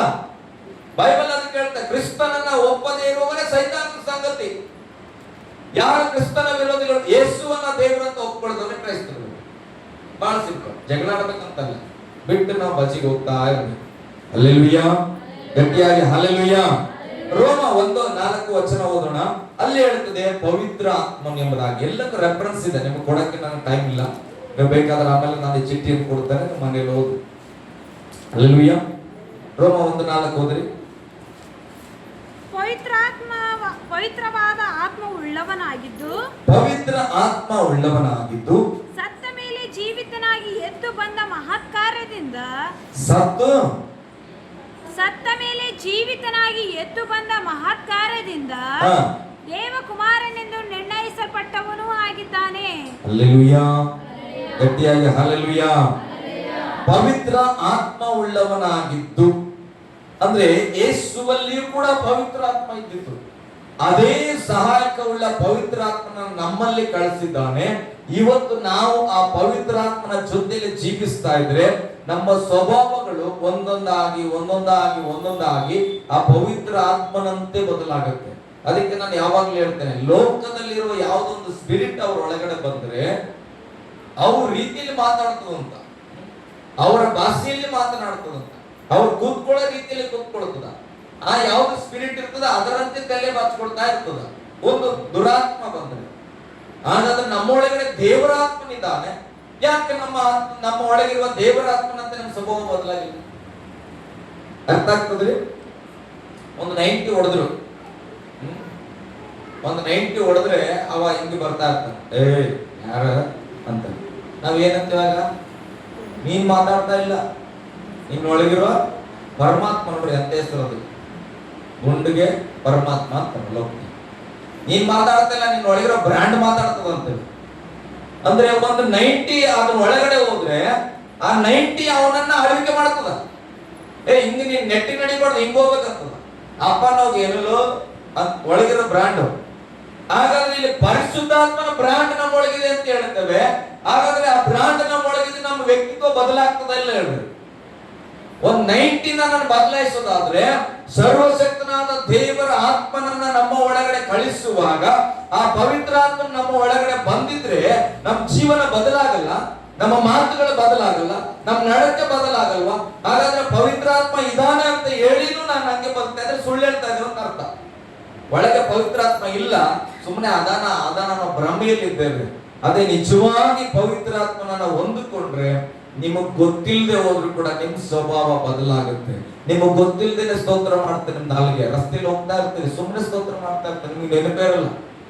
ಸ್ತೋತ್ರ ಆಗ್ತಾ ಇರ್ತದೆ, ಅನ್ಯ ಭಾಷೆ ಮಾತಾಡ್ತಾ ಇರ್ತದೆ. ಅವಾಗ ಒಂದ್ಸರಿ ಅರೆ ನಾನ್ ಸ್ತೋತ್ರ ಮಾಡ್ತಿರ್ಲಿಲ್ಲ ಅನ್ಸ್ತದೆ. ಯಾಕೆ? ನೀನ್ ಮಾಡ್ತಾ ಇಲ್ಲ, ನಿನ್ನ ಒಳಗಿರುವ ಪವಿತ್ರ ಆತ್ಮ ಅದನ್ನ ಕೆಲಸ ಮಾಡ್ತಾ ಇದೆ. ಹಲ್ಲೆಲೂಯಾ. ಯಾರ ಜೊತೆ ನಮ್ಗೆ ಅನುಭವ ಇದೆ, ಯಾರ ಜೊತೆ ಮಾತಾಡ್ತಾ ಇದ್ರಿ, ಮಾತಾಡ್ತಾ ಮುಗಿದೋಯ್ತು ಅಂತ ಇಟ್ಕೊಳ್ರಿ, ಆಟೋಮೆಟಿಕ್ ಆಗಿ ಸ್ತೋತ್ರ ಸ್ಟಾರ್ಟ್ ಆಗುತ್ತೆ. ನಾವು ಬೈಕಲ್ಲಿ ಓದುವಾಗ ನನ್ನ ಹೆಂಡತಿ ಕೇಳ್ರಿ, ಸ್ವತಃ ಕೇಳ್ರಿ, ನಾವೇನಾದ್ರು ವಿಚಾರ ಮಾತಾಡ್ತಿದ್ರೆ ಮಾತಾಡ್ತಾ ಇರ್ತದೆ.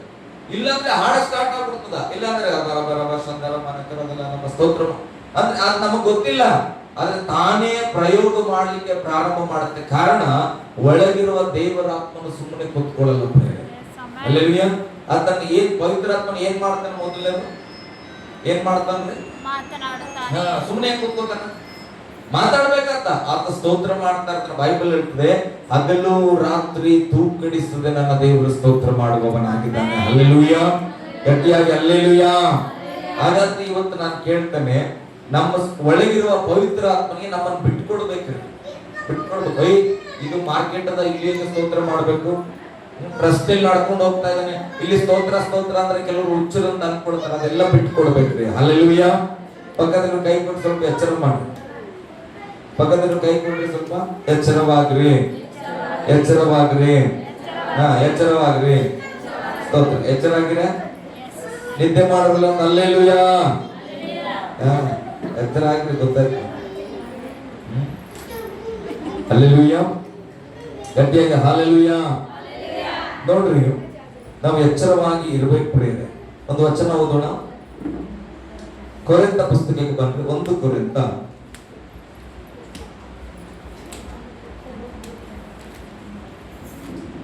14ನೇ ಅಧ್ಯಾಯ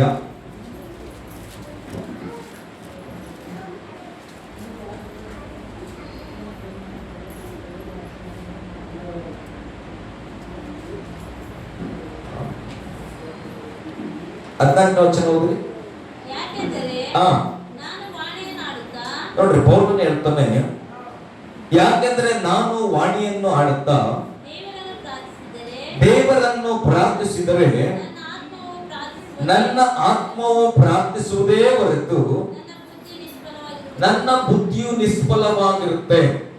ಈ ಅನ್ಯ ಭಾಷೆ ಅಂತ ಏನನ್ನ ಕರೀತೇವಲ್ಲ, ಈ ಸ್ತೋತ್ರಗಳನ್ನ ಸಲ್ಲಿಸ್ತಾ ಇರ್ತೇವಲ್ಲ, ಬೈಬಲ್ ಹೇಳುತ್ತೆ, ನಾನು ವಾಣಿಗಳನ್ನ ಆಡುತ್ತಾ ಇರುವಾಗ ನನ್ನ ಆತ್ಮವು ಪ್ರಾರ್ಥಿಸುತ್ತದೆ, ಆದ್ರೆ ನನ್ನ ಬುದ್ಧಿ ಏನಾಗಿರ್ತದೆ ಅಂತ ನಿಷ್ಫಲವಾಗಿರುತ್ತೆ.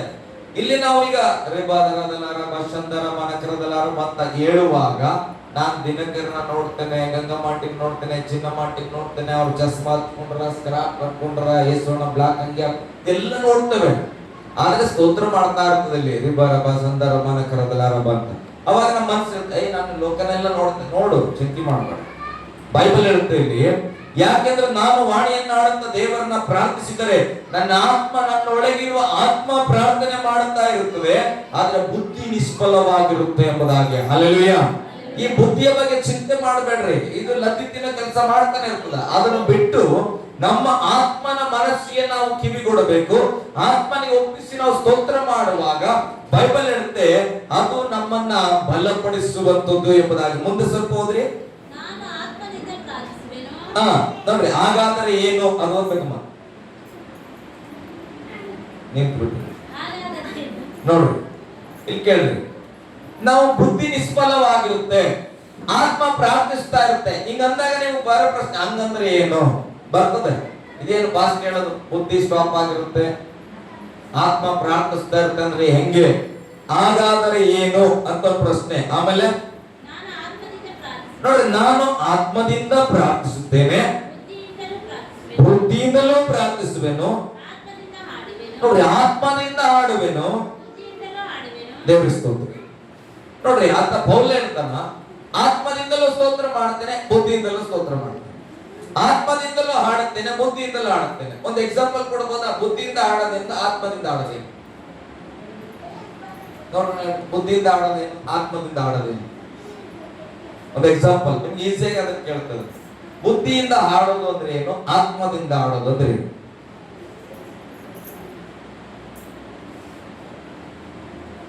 ಬುದ್ಧಿಯಿಂದ ಹಾಡೋದು ಅಂದ್ರೆ, ಆತ್ಮದಿಂದ ಹಾಡೋದಂದ್ರೆ ಏನು? ಶಾಲೆ ಮುಗಿಲಿ ನಿಲ್ಲಿಸ್ತಾರೆ. ಒಂದು ಎಕ್ಸಾಂಪಲ್, ಶಾಲೆ ಮಾಡ್ತಾ ಇರ್ತಾನೆ, ಮೀನುಗಳ ಹಿಡಿದವ, ಹಂಗೇನ, ಮನುಷ್ಯರ, ಹೇಳ್ರಿ, ಹಾಡು ಹೇಳ್ರಿ, ಬಂದ್ರೆ ಹೇಳ್ರಿ. ಹೇಳ್ಬೋದು. ನನ್ನ ಜೋರಾಗಿ ಹೇಳಲ್ಲ, ಅದೇ ಬುದ್ಧಿಯಿಂದ. ಬುದ್ಧಿ ಹೆಂಗೆ ಗೊತ್ತಾ? ಬಾಯಿಪಾಠ ಮಾಡಿರ್ತದೆ ಬುದ್ಧಿ. ಮೀನುಗಳ ಹಿಡಿದವ, ಮನುಷ್ಯರ ಹಿಡಿಯುವ, ಕರೆದ ಯೇಸು ನನ್ನ ಹಡಗಿನಲ್ಲಿ, ನಿಶ್ಚಯ ಒಂದು ದಿನ ನಿರಾಕರಿಸುವೆ ಎಂದು. ನಿರಾಕರಿಸಿದ್ರೆ ಏನ್ ಮಗ? ನಿರಾಕರಿಸಿದ್ರೆ ಆಡ್ತಾನೆ ಇಲ್ಲ. ನೀವ್ ಹೇಳ್ರಿ, ನಿರಾಕರಿಸಿದ್ರೆ ಏನು? ನಿರಾಕರಿಸಿದ್ರೆ ನಿರಾಕರಿಸೋದಂದ್ರೆ ಬೇಡ ಅಂತ ದೂರ ಮಾಡೋದು. ನಿರಾಕರಿಸಿದ್ರೆ ಬೇಡ ಅಂದ್ರೆ ಯಾರೊಬ್ರು ಹೇಳ್ತಂದ್ರೆ ನಾವೆಲ್ಲರೂ ಬುದ್ಧಿಯಿಂದ ಆಡ್ತಾ ಇದ್ವಿ ಅಂತ ಅರ್ಥ ಆಗ್ತದ್ರಿ. ಬುದ್ಧಿಯಿಂದ ಅಂದ್ರೆ ಸಾಮಾನ್ಯವಾಗಿ ಸರಿಗಮ ಹಿಂಗೆ ಕೇಳ್ಬಿಟ್ರು, ಲಜ್ಜೆ ಅಂದ್ರೆ ಏನ್ ಮಗ ಅಂತ ಕೇಳಿದ್ರು. ಲಜ್ಜೆ ಅಂದ್ರೆ ಅವ್ರಿಗೆ ಗೆಜ್ಜೆ ಅಂತ. ಲಜ್ಜೆ ಅಂದ್ರೆ ಗೆಜ್ಜೆ ಅಲ್ಲ, ಲಜ್ಜೆ ಅಂದ್ರೆ ನಾಚಿಕೆ ಅಂತ. ಹಲ್ಲೆಲೂಯಾ. ಅವು ಏನು ಕಲ್ತೇವ ಬುದ್ಧಿಯಿಂದ ಹಾಡೋದಂದ್ರೆ, ಈ ಬುದ್ಧಿ ಗೊತ್ತ ಹಾಡೋದು ಏನ್ ಲೈಫ್ ಬಾಯಿಪಾಠ ಮಾಡ್ತೇವೆ, ಬಾಯಿಪಾಠ ಮಾಡಿ ಹಾಡ್ತೇವೆ. ಇದು ಬುದ್ಧಿಯಿಂದ ಹಾಡೋದು. ಆದ್ರೆ ಆತ್ಮದಿಂದ ಹಾಡೋದು ಬೇರೆ, ಆತ್ಮದಿಂದ ಆಡೋದು. ಮೀನುಗಳ ಹಿಡಿದವ ಯಾರು? ಪೇತ್ರ ಮೀನು ಹಿಡಿತಾ ಇದ್ದನು. ಪೇತ್ರನನ್ನ ಕರೆದಾಗ ಆ ದೋಣಿಯಲ್ಲಿ ಯೇಸು ಸ್ವಾಮಿ ಕೂತ್ಕೊಂಡಿದ್ರು. ಆಗ ಪೇತ್ರನ ಪರಿಸ್ಥಿತಿ ಏನಾಗಿತ್ತು? ಎಲ್ಲ ಬರದಾಗಿತ್ತು. ಅವಾಗ ಯೇಸುವಿನ ಮಾತು ಕೇಳಿಸ್ಕೊಂಡು ಆತ ಏನ್ ಮಾಡಿದನು? ಬಲೆಗಳನ್ನ ಬೀಸಿದನು. ಅವಾಗ ಸಂಪೂರ್ಣವಾಗಿ ಮೀನು ತುಂಬಿ ಬಂತು. ಇದು ಆತ್ಮದಿಂದ ಆರಾಧಿಸ್ತದೆ. ಏನಂತ? ಮೀನುಗಳ ಹಿಡಿದವ ಅಂದ್ರೆ ಬರದಾಗಿ ಹೋಗ್ಯಾನ ಪೇತ್ರ. ಅವನ ಜೀವಿತದಲ್ಲಿ ಯೇಸು ಬಂದನು. ಅವನ ಜೀವಿತದಲ್ಲಿ ಯೇಸು ಬಂದಾಗ ಮೀನುಗಳ ರಾಶಿ ಬರ್ತಾ ಇದೆ. ಇದು ಆತ್ಮ ನಮ್ಗೆ ಹೇಳ್ತಾ ಹೋಗ್ತಾ, ಅರಸು ನಿನ್ ಜೀವಿತ ಬರಿದಾಗಿರ್ಬೋದು. ಯೇಸುವನ್ನ ನಿನ್ ಹೃದಯದಲ್ಲಿ ಬರ ಮಾಡ್ಕೋ. ಆತನ ಮಾತು ಕೇಳು. ನಿನ್ ಜೀವಿತ ಬರಿದಾಗಿರೋದನ್ನ ದೇವರು ಬರ್ಕತ್ ಮಾಡ್ತಾನೆ ಎಂಬುದಾಗಿ. ಹಲ್ಲೆಲೂಯ. ಗಟ್ಟಿಯಾಗಿ ಹಲ್ಲೆಲೂಯ. ಬುದ್ಧಿಯಿಂದ ಹಾಡೋದಂದ್ರೆ ಬಾಯ್ಪಾಠ ಮಾಡೋದು. ಆತ್ಮದಿಂದ ಆಡೋದಂದ್ರೆ ಅನುಭವದಲ್ಲಿ ಆಡೋದು ಪ್ರೇರಣೆ. ಅದನ್ನ ನನಗೆ ಅನುಕರಣೆ ಮಾಡಿಕೊಂಡು ನನ್ನ ಜೀವಿತದಲ್ಲಿ ಈ ಮಾತು ಏನ್ ಮಾಡುತ್ತೆ, ನನ್ನ ಜೀವಿತದಲ್ಲಿ ಈ ವಾಕ್ಯ ಏನ್ ಮಾಡುತ್ತೆ, ನನ್ನ ಜೀವಿತದಲ್ಲಿ ಈ ವಾಕ್ಯ ನನ್ನನ್ನು ಎಷ್ಟು ಸಾಮರ್ಥ್ಯದಲ್ಲಿ ನಡೆಸುತ್ತೆ, ಇದನ್ನ ಅನುಭವಕ್ಕೆ ತಂದುಕೊಂಡು ಮಾಡ್ತೇವಲ್ಲ ಆ ಸ್ತೋತ್ರ, ಅದು ಆತ್ಮದ ಸ್ತೋತ್ರ ಪ್ರೇರಣೆ. ಹಲ್ಲೆಲೂಯ. ಅದಕ್ಕೆ ಸಭೆಯಲ್ಲಿ ಎಷ್ಟೋ ಜನ ಪ್ರಾರ್ಥನೆ ಮಾಡ್ತಾ ಇರ್ತಾರ. ಯಾವುದೋ ಒಬ್ಬ ಸ್ತ್ರೀ ಕಣ್ಣೀರಿಡ್ತಾ ಇರ್ತಾರೆ. ಕಾರಣ ಏನ್ ಗೊತ್ತಾ? ಆಕೆ ಜೀವಿತನ ಆಕೆ ದೇವರ ವಚನಕ್ಕೆ ಸಿಂಕ್ ಮಾಡಿರ್ತಾಳ. ಆಕೆ ಏನಂತ ಈ ವಚನ ಮಾತಾಡ್ತಾ ಇದೆ ಅಂದ್ರೆ, ದೇವ್ರೆ ನಾನು ಕಣ್ಣೀರಲಿದ್ದೇನೆ, ನನ್ನ ನೀನ್ ಮುಟ್ಟುತ್ತಿ ಸ್ವಾಮಿ. ಹಲ್ಲೆಲೂಯ. ಗಟ್ಟಿಯಾಗಿ ಹಲ್ಲೆಲೂಯ. ನಾನು ಹೇಳ್ಕೊಂಡು ಅದಕ್ಕೆ ಬುದ್ಧಿಯಿಂದ ಪ್ರಾರ್ಥನೆ ಮಾಡೋದು ಬೇರೆ, ಆತ್ಮದಿಂದ ಪ್ರಾರ್ಥನೆ ಮಾಡೋದು ಬೇರೆ. ಬುದ್ಧಿಯಿಂದ ಆರಾಧನೆ ಮಾಡೋದು ಬೇರೆ, ಆತ್ಮದಿಂದ ಆರಾಧನೆ ಮಾಡೋದು ಬೇರೆ. ಹಲ್ಲೆಲೂಯ. ಆತ್ಮದ ಆರಾಧನೆ ಆತ್ಮದಿಂದಲೇ ಬರ್ಬೇಕ್ರಿ. ಅದಕ್ಕೆ ಬೈಬಲ್ ಹೇಳುತ್ತೆ, ನಿನ್ನ ದೇವರು ಆತ್ಮ ಸ್ವರೂಪನು. ಹಲ್ಲೆಲೂಯ. ಆತನನ್ನ ಆರಾಧಿಸೋರು ಹೆಂಗೆ ಮಾಡಬೇಕು? ಆತ್ಮದಿಂದಲೂ ಸತ್ಯದಿಂದಲೂ ಸತ್ಯ ದೇವರನ್ನೇ ಆರಾಧಿಸಬೇಕು. ಸತ್ಯ ದೇವರನ್ನ ಸತ್ಯಕ್ಕೆ ತಕ್ಕಂತೆ ಆರಾಧನೆ ಮಾಡಬೇಕು. ಆತನ ಯೋಗ್ಯತೆ ತಕ್ಕಂತೆ ನಾವು ಸ್ತೋತ್ರ ಮಾಡಬೇಕಂದ್ರೆ ಕೀಬೋರ್ಡ್ ಇರ್ಬೇಕು, ಪ್ಯಾಡ್ ಇರ್ಬೇಕಂತಲ್ಲ. ನಿನ್ನ ಆತ್ಮದಿಂದ ನೀ ಸ್ತೋತ್ರ ಮಾಡಬೇಕು. ಕೀಬೋರ್ಡ್ ಇಲ್ಲ ಹೋಗ್ಲಿ, ಕರೆಂಟ್ ಇಲ್ಲ ಹೋಗ್ಲಿ, ಮೈಕ್ ಇಲ್ಲ, ಅದೆಲ್ಲ ನೆಸೆಸರಿ ಇಲ್ಲ. ಅದೆಲ್ಲ ದೇವ್ರು ಕೊಟ್ರೆ ಮಾಡೋಣ. ಇಲ್ಲ ಅಂದ್ರೂ ಕೂಡ ಸ್ತೋತ್ರ ಆತ್ಮದಿಂದ ಬರಬೇಕು. ಹಲ್ಲೆಲೂಯಾ. ಗಟ್ಟಿಯಾಗಿ ಹಲ್ಲೆಲೂಯಾ. ಈಗ ಹೇಳ್ರಿ, ನಾಳೆ ನಿಮ್ಮ ಸ್ತೋತ್ರ ಎಲ್ಲಿಂದ ಇರುತ್ತೆ? ಬುದ್ಧಿಯಿಂದ ಇರುತ್ತಾ, ಆತ್ಮದಿಂದ ಇರುತ್ತೆ? ಅದಕ್ಕೆ ಯಾವಾಗ ಹೇಳ್ತೇನೆ, ಬುದ್ಧಿಯಿಂದ ಮಾಡೋ ಗಂಟೆ ಪ್ರಾರ್ಥನೆ ನನಗೆ ಬೇಕಾಗಿಲ್ಲ. ಸಂತೋಷ ಕಲ್ತ್ರೆ, ಆದ್ರೆ ಕಲಿತು ಮಾಡೋ 1 ಗಂಟೆ ಪ್ರಾರ್ಥನೆಗಿಂತ ಆತ್ಮದಿಂದ ದೇವ್ರೆ ನನ್ನ ಸಭೆ ಎಷ್ಟು ಕಷ್ಟದಲ್ಲದಪ್ಪ, ನೀನ್ ಹಿಂಗಾರ ಮಾಡಿ ನಾನು ಕೊಡು, ನನ್ನ ಸಭೆನ ಅಭಿವೃದ್ಧಿ ಸಾಕು. ಗಂಟೆಗಟ್ಟಲೆ ಜಪ ಮಾಡ್ಬೇಕಂತಲ್ಲ, ನಿನ್ನ ಆತ್ಮದಿಂದ 1, 2 ನಾಣ್ಯ ಹಾಕು. ಇದ್ದದನ್ನ ತಂದ ವಿದ್ವೆ ಹಾಕಿದ್ರು. ದೇವ್ರು ಯಾಕೆ 2 ನಾಣ್ಯ ಸೌಂಡ್ ಬಂತಂತ ನಾ ಮೆಚ್ಕೊಂಡ. ದೇವ್ರು ಕಣ್ಣಂತಪ್ಪ ಕಾಯಿನಂತ ಇಷ್ಟಪಟ್ಟನ. ನಾನು ಆಕಿನ ಜೀವಿತನೇ ಆಕೆ ಹಾಕಿದನು. ಆಕೆಗೆ ಅದು ಬಿಟ್ರೆ ಬೇರೆ ಇಲ್ಲ. ಆ 2 ನಾಣ್ಯನ ಹೋಗ್ಲಿ ದೇವರಿಗಾಗಿ ಅಂತ ಬಿಟ್ಬಿಟ್ಟು ಅದನ್ನ ದೇವ್ರು ಮೆಚ್ಕೊಂಡ್ನು. ನಾಣ್ಯ ನೋಟ್ ಅಂತಲ್ಲ ಅದು, ಆಕೆ ಕೊಡುವ ರೀತಿಯನ್ನ ನೋಡಿದಳ. ಹಾಗೆ ನೀನ್ 10 ಹಾಡು ಆಡಿದ್ಯಾ, 5 ಹಾಡು ಆಡಿದ್ಯಾ, 3 ಹಾಡು ಆಡಿದ್ಯಾ, 7 ಆಡಿದ್ಯಾ, ಅದಲ್ಲ. ನೀನ್ ಆಡುವ ರೀತಿಯಲ್ಲಿ ನಂಬಿಕೆ ಇದೆನಾ, ಆತ್ಮಿಕತೆ ಇದೆನಾ, ದೇವರ ಭಾವನೆಯಿಂದ ಆಡ್ತೀಯ, ಆ ಆರಾಧನೆಗೆ ದೇವರು ನಮ್ಮನ್ನ ಮೆಚ್ಚುವವನಾಗಿದ್ದಾನೆ. ಹಲ್ಲೆಲೂಯ. ಗಟ್ಟಿಯಾಗಿ ಹಲ್ಲೆಲೂಯ. ಅದನ್ನೇ ವಚನ ಹೇಳ್ತಾ ಪೌಲನೇ ಹೇಳ್ತಾನೆ, ನಾನು ಬುದ್ಧಿಯಿಂದಲೂ ಪ್ರಾರ್ಥನೆ ಮಾಡ್ತೇನೆ, ಆತ್ಮದಿಂದಲೂ ಪ್ರಾರ್ಥನೆ ಮಾಡ್ತೇನೆ. ನನಗೆ ಪ್ರಿಯವಾದಂತ ನಮ್ಮ ಸರ್ ಅನಿಲ್ ಸರ್ ನನಗೆ ಕಲಿಸಿದ್ದೇನು ಗೊತ್ತಾ? ಅವ್ರು ಯಾವಾಗೂ ಬೈಬಲ್ ಹಿಡ್ಕೊಂಡು ಬೈಬಲ್ ಓದ್ತಾ ಇರ್ತಾರೆ. ಆಫೀಸಲ್ಲಿ ಇರ್ಲಿ ಎಲ್ಲಿ ಅವ್ರು ಪೆಟ್ಕೊಂಡು ಬೈಬಲ್ ಓದ್ತಾನೆ ಇರ್ತಾರೆ. ನಾನು 1 ತಿಂಗಳು ಬೈಬಲ್ ಸ್ಟಡಿ ಮಾಡುವಾಗ ಯಾವ ಕ್ಷಣದಲ್ಲಿ ರೂಮ್ ಕಡೆ ನೋಡಿದ್ರು ಕೂಡ ಅವ್ರ ಕೈಯಲ್ಲಿ ಬೈಬಲ್ ಇರೋದು, ಬೈಬಲ್ ಓದ್ತಾ ಇರೋರು, ಸ್ಪೀಡ್ ಆಗಿ ಪ್ರಾರ್ಥನೆ ಮಾಡೋರು. ಒಂದು ದಿನ ನಾನು ಅವ್ರು ಕೇಳಿದೆ, ಸರ್ ಎಷ್ಟು ಸ್ಪೀಡ್ ಆಗಿ ಬೈಬಲ್ ಓದ್ತಿರಂತ. ಇಲ್ಲ ಸರ್, ನಾನು ಬೈಬಲ್ ಬಾಯಲ್ಲಿ ಓದ್ತಾ ಇಲ್ಲ, ನಾನು ಬಾಯಲ್ಲಿ ಅನ್ಯ ಭಾಷೆ ಮಾತಾಡ್ತಾ ಇದ್ದೇನೆ, ಕಣ್ಣಲ್ಲಿ ಬೈಬಲ್ ಓದ್ತೀನಿ. ನನ್ನ ಹೃದಯಕ್ಕೆ ಬಹಳ ಇಷ್ಟ ಆಯ್ತು. ನಾನು ಟೆರಸ್ ಮೇಲೆ ಅದನ್ನ ಅಭ್ಯಾಸ ಮಾಡ್ಲಿಕ್ಕೆ ಪ್ರಾರಂಭ ಮಾಡಿದೆ. ಬೈಬಲ್ ತಗೊಂಡು ಏನ್ ಮಾಡ್ಬೇಕು? ಬೈಬಲ್ ಅಲ್ಲಿ ಓದೋದು ಏನಂತ, ಆ ರಕ್ತ ಕುಸುಮ ರೋಗಿ ಬರ್ತಾ ಇದ್ಲು ಅಂತೇಳಿ ಕಣ್ಣು ಓದ್ತಾ ಇರುತ್ತೆ, ಅದರ ಬುದ್ಧಿ ಓದ್ತಾ ಇರುತ್ತೆ, ಬಾಯಲ್ಲಿ ಸ್ತೋತ್ರ ಮಾಡಬೇಕು. ಹಲ್ಲೆಲೂಯಾ. ರೀಬಾ ಶಂದರ ಮನಕರದಲ್ಲ ನೀವು ಅಭ್ಯಾಸ ಮಾಡಿರ್ಬೇಕಾದ್ರೆ ಮನೆಯಲ್ಲಿ ನೀವು ಅನ್ಯ ಭಾಷೆ ಮಾತಾಡ್ತಾ ಇರ್ರಿ, ನಿಮ್ ಕಣ್ಣು ಇದನ್ನ ರೀಡ್ ಮಾಡ್ತಾ ಇರುತ್ತೆ, ಬೈಬಲ್ ಓದುತ್ತೆ. ಅದನ್ನೇ ಪೌಲನ್ ಹೇಳ್ತಾನೆ, ಆತ್ಮದಿಂದಲೂ ನಾನು ಪ್ರಾರ್ಥಿಸ್ತೇನೆ, ಬುದ್ಧಿಯಿಂದಲೂ ಪ್ರಾರ್ಥಿಸ್ತೇನೆ. ಈ ಬೈಬಲ್ ಓದುವಾಗ ಅನ್ಯ ಭಾಷೆ ಮಾತನಾಡಿದ್ರೆ ಕಣ್ಣು ಕೂಡ ಅಲ್ಲೇ ಇರುತ್ತೆ, ಮೆದುಳು ಕೂಡ ಅಲ್ಲೇ ಇರುತ್ತೆ, ನಮ್ಮ ಆತ್ಮವೂ ಅಲ್ಲೇ ಇರುತ್ತೆ. ಬರೀ ಅನ್ಯ ಭಾಷೆ ಮಾಡಿ ಈ ಕಡೆ ಹೋಗ್ತಾ ಇದ್ರೆ ಆ ಕಡೆ ಹೋಗ್ತಾ ಇದ್ರೆ ಯಾರು ಬೇಕಾದ್ರೂ ಕಾಣಿಸ್ತಾರಲ್ಲ. ಹಲ್ಲೆಲೂಯಾ. ನಮ್ಮ ಮನೆಯಲ್ಲಿ ನೀವು ಬಹಳ ದಿನಗಳು ಇದ್ಬಿಡ್ಬೇಕು. ಪ್ರಾರ್ಥನೆ ಸಮಯಗಳನ್ನ ಒಟ್ಟಿಗೆ ಇದ್ಬಿಟ್ರೆ ಕಾಲು ಸಾಕಾಗ್ಬಿಡ್ತದ. ಅಷ್ಟಾಗ ಜಾಗದಾಗ ಸುತ್ತಿ ಸುತ್ತಿ ಸುತ್ತಿ ಸುತ್ತಿ. ಹಲ್ಲೆಲೂಯಾ. ಈ ಅರಗಲ್ ಇರ್ಲಿಲ್ಲ ಇಲ್ಲಿ. ಇದ್ರ ಕೆಳಗಡೆ ಎಲ್ಲ ಕಲ್ಲು ಇದ್ವು, ಅದ್ರ ಮೇಲೆ ಒಂದು ಜಮಖಾನೆ ಹಾಕಿದ್ವಿ ಕೆಂಪಂದು. ಈ ಸಭೆ ಕಟ್ಟುವಾಗ ಅವಾಗ ಬೆಳಿಗ್ಗೆ ಎದ್ದು ಮಸ್ಕಿನ್ 4:30 6:30 7 ಗಂಟೆವರೆಗೆ ನಮ್ಮ ಮನೆ ನಾವೆಲ್ಲ ಮಕ್ಕಳೆಲ್ಲ ಸೇರಿ ಇಲ್ಲೇ ಓಡಾಡ್ತಾ ಇದ್ವಿ. ಓಡಾಡುವಾಗ ರಬ ರಬ ರಬ ರಬ ಅಂತೇಳಿ ಪ್ರಾರ್ಥನೆ ಮಾಡ್ಕೊಂಡು ಓಡಾಡುವಾಗ ಸಡನ್ ಆಗಿ ಬ್ರೇಕ್ ಆಗ್ಬಿಡೋದು ನಮ್ಮ ಕಾಲು. ಯಾಕಂದ್ರೆ ಕೆಳಗಡೆ ಒಂದೊಂದು ಕಲ್ಲಿರ್ತಾವಲ್ಲ, ಅವು ಸಣ್ಣಂತ ಚುಚ್ಬಿಡೋ. ಒಂದ್ 2 ನಿಮಿಷ ನಿಂತು ಮತ್ತೆ ಏನ್ ಮಾಡ್ತೀವಿ, ಮತ್ತೆ ಓಡಾಡ್ತಾ ಇದ್ವಿ. ಅವಾಗ ರಾಕಿ ಡೈಲಿ ಹಾಲು ತಗೊಂಡ್ ಬರ್ತಾ ಇದ್ದ ನಮಗೆ, ರಾಕಿ ತಮ್ಮ. ಆ ತಗೊಂಡ್ ಬಂದಾಗೆಲ್ಲ ನಾವ್ ಏನ್ ಮಾಡೋ, ಆತನು ಅಲ್ಲಿ ಬಂದು ಆ ಕಡೆ ಬಾಗಿಲು ನೋಡೋಣ, ಈ ಕಡೆ ಬಾಗಿಲು ನೋಡೋಣ. ಯಾಕೆ ನಾವು ಸುತ್ತಾನೇ ಇರೋ ಇವಾಗ ನಿಲ್ಲಿಸ್ತಾರ ಅವಾಗ ನಿಲ್ಲಿಸ್ತಾರ ಅಂತ. ಯಾಕೆ ನಮ್ದು ಹಾಲು ಕೊಟ್ಟು ಅವ್ನ ಹಾಲು ಮನೆಗೆ ತಗೊಂಡು ಹೋಗ್ಬೇಕು. ಆ ಸಂದರ್ಭದಲ್ಲೆಲ್ಲ ಬಂದಾಗ ಏನ್ ಮಾಡ್ತಾ ಇದ್ರಿ, ಯಾಕೆ ಓಡಾಡ್ತಾ ಇದ್ರಿ ಅಂತ ಕೇಳಿದ್ರೆ ನಾವ್ ಹೇಳಿವಿ, ಇಲ್ಲೆಲ್ಲ ಅರಗಲ್ ಇಲ್ಲ ತಮ್ಮ, ಇಲ್ಲೆಲ್ಲ ಅರಗಲ್ ಬರ್ಲಿಕ್ಕಾಗಿ ನಾವು ಸ್ತೋತ್ರ ಮಾಡ್ತಾ ಇದೀವಿ ಅಂತ. ನಿಮಗ್ ಗೊತ್ತಿಲ್ವಾ, ರೆಸ್ಟ್ ಮಾಡಿ ಏನ್ ಮಾಡಿದ್ರು ಅಂತ ಒಬ್ಬರೇ ಇದೆಲ್ಲ ಅರಗಲ್ ಹಾಕ್ಸ್ಬೇಕು. ಅಲ್ಲೆಲ್ಲೂಯ್ಯ. ಇದ್ರ ಸುತ್ತಿ ದೇವ್ರೆ ಇಲ್ಲೆಲ್ಲ ಏನ್ ಅರಗಲ್ ಆಗ್ತೀಯ, ಏನಾಗ್ತೀಯ, ನಾವೇನ್ ಏನು ಅದು ಕಂಕರ ಏನು ಬರ್ತದ ನಿಮ್ ಕಡೆ, ಅದು ಚೆಲ್ಬೇಕಾ, ಏನ್ ನಿಮ್ ಚಿತ್ತದಂತ ಆಗ್ಲಿ ಸ್ವಾಮಿ ಅಂತೇಳಿ ಈ ಅರಗಲ್ ಹಾಕುವವರೆಗೂ ನಾವ್ ಇಲ್ಲಿ ನಿಂತಿಲ್ಲ. ನಾನು ಅನೇಕ ನಿಮ್ ಮನೆ ಕಟ್ಟೋರು ನಾನು ಹೇಳಿದ್ದೇನೆ ಪ್ರೇರಣೆ, ನಿಮ್ ಮನೆ ಕಟ್ಟಲ್ಪಡುವವರೆಗೆ ನಿಮ್ ಪಾದಗಳಲ್ಲಿ ತುಳಿದು ಮಾತನಾಡ್ರಿ. ದೇವ್ರೆ ಈ ಸ್ಥಳ ನಮಗೆ ಸ್ವಂತವಾಗಬೇಕು, ಈ ಸ್ಥಳದಲ್ಲಿ ಪವಿತ್ರಾತ್ಮ ಇರ್ಬೇಕು, ಈ ಸ್ಥಳದಲ್ಲಿ ದೇವ್ರ ಕಾರ್ಯ ನಡೀಬೇಕು. ನಿಮ್ ಮಾತು ಅಷ್ಟು ಪ್ರಬಲ ಉಳ್ಳದ್ದು, ನೀವು ಮಾತನಾಡ್ರಿ, ಅದು ಅಲ್ಪ ಕಾಲದಲ್ಲಿ ದೊಡ್ಡ ಕಾರ್ಯಗಳನ್ನ ದೇವರು ಮಾಡ್ತಾನ. ಹಲ್ಲೆಲೂಯ, ಗಟ್ಟಿಯಾಗಿ ಹಲ್ಲೆಲೂಯ. ಇವತ್ತು ನಾವೆಲ್ಲ ಆರಾಮಾಗಿ ಕೂತ್ಕೊಂಡಿದ್ದೇವೆ, ಆ ತಾಯಿ ಇದನ್ನ ಹಾಕ್ಸಿದ್ರು. ಹಲ್ಲೆಲೂಯ. ಅಂದ್ರೆ ನಮ್ಮ ಪ್ರಾರ್ಥನೆ ದೇವರಿಗೆ ಮುಟ್ಟಬೇಕು. ದೇವರು ಮುಟ್ಟಿದ್ರೆ ದೇವರು ಯಾರಿಗೆ ಮುಟ್ಟಿಸ್ಬೇಕು ಅವ್ರು ಮುಟ್ಟಿಸ್ತಾನೆ, ಅವ್ರ ಅದ್ಭುತ ಕಾರ್ಯ ಮಾಡಿ ಹೋಗ್ತಾ ಇರ್ತಾರ. ಹಲ್ಲೆಲೂಯ, ಗಟ್ಟಿಯಾಗಿ ಹಲ್ಲೆಲೂಯ.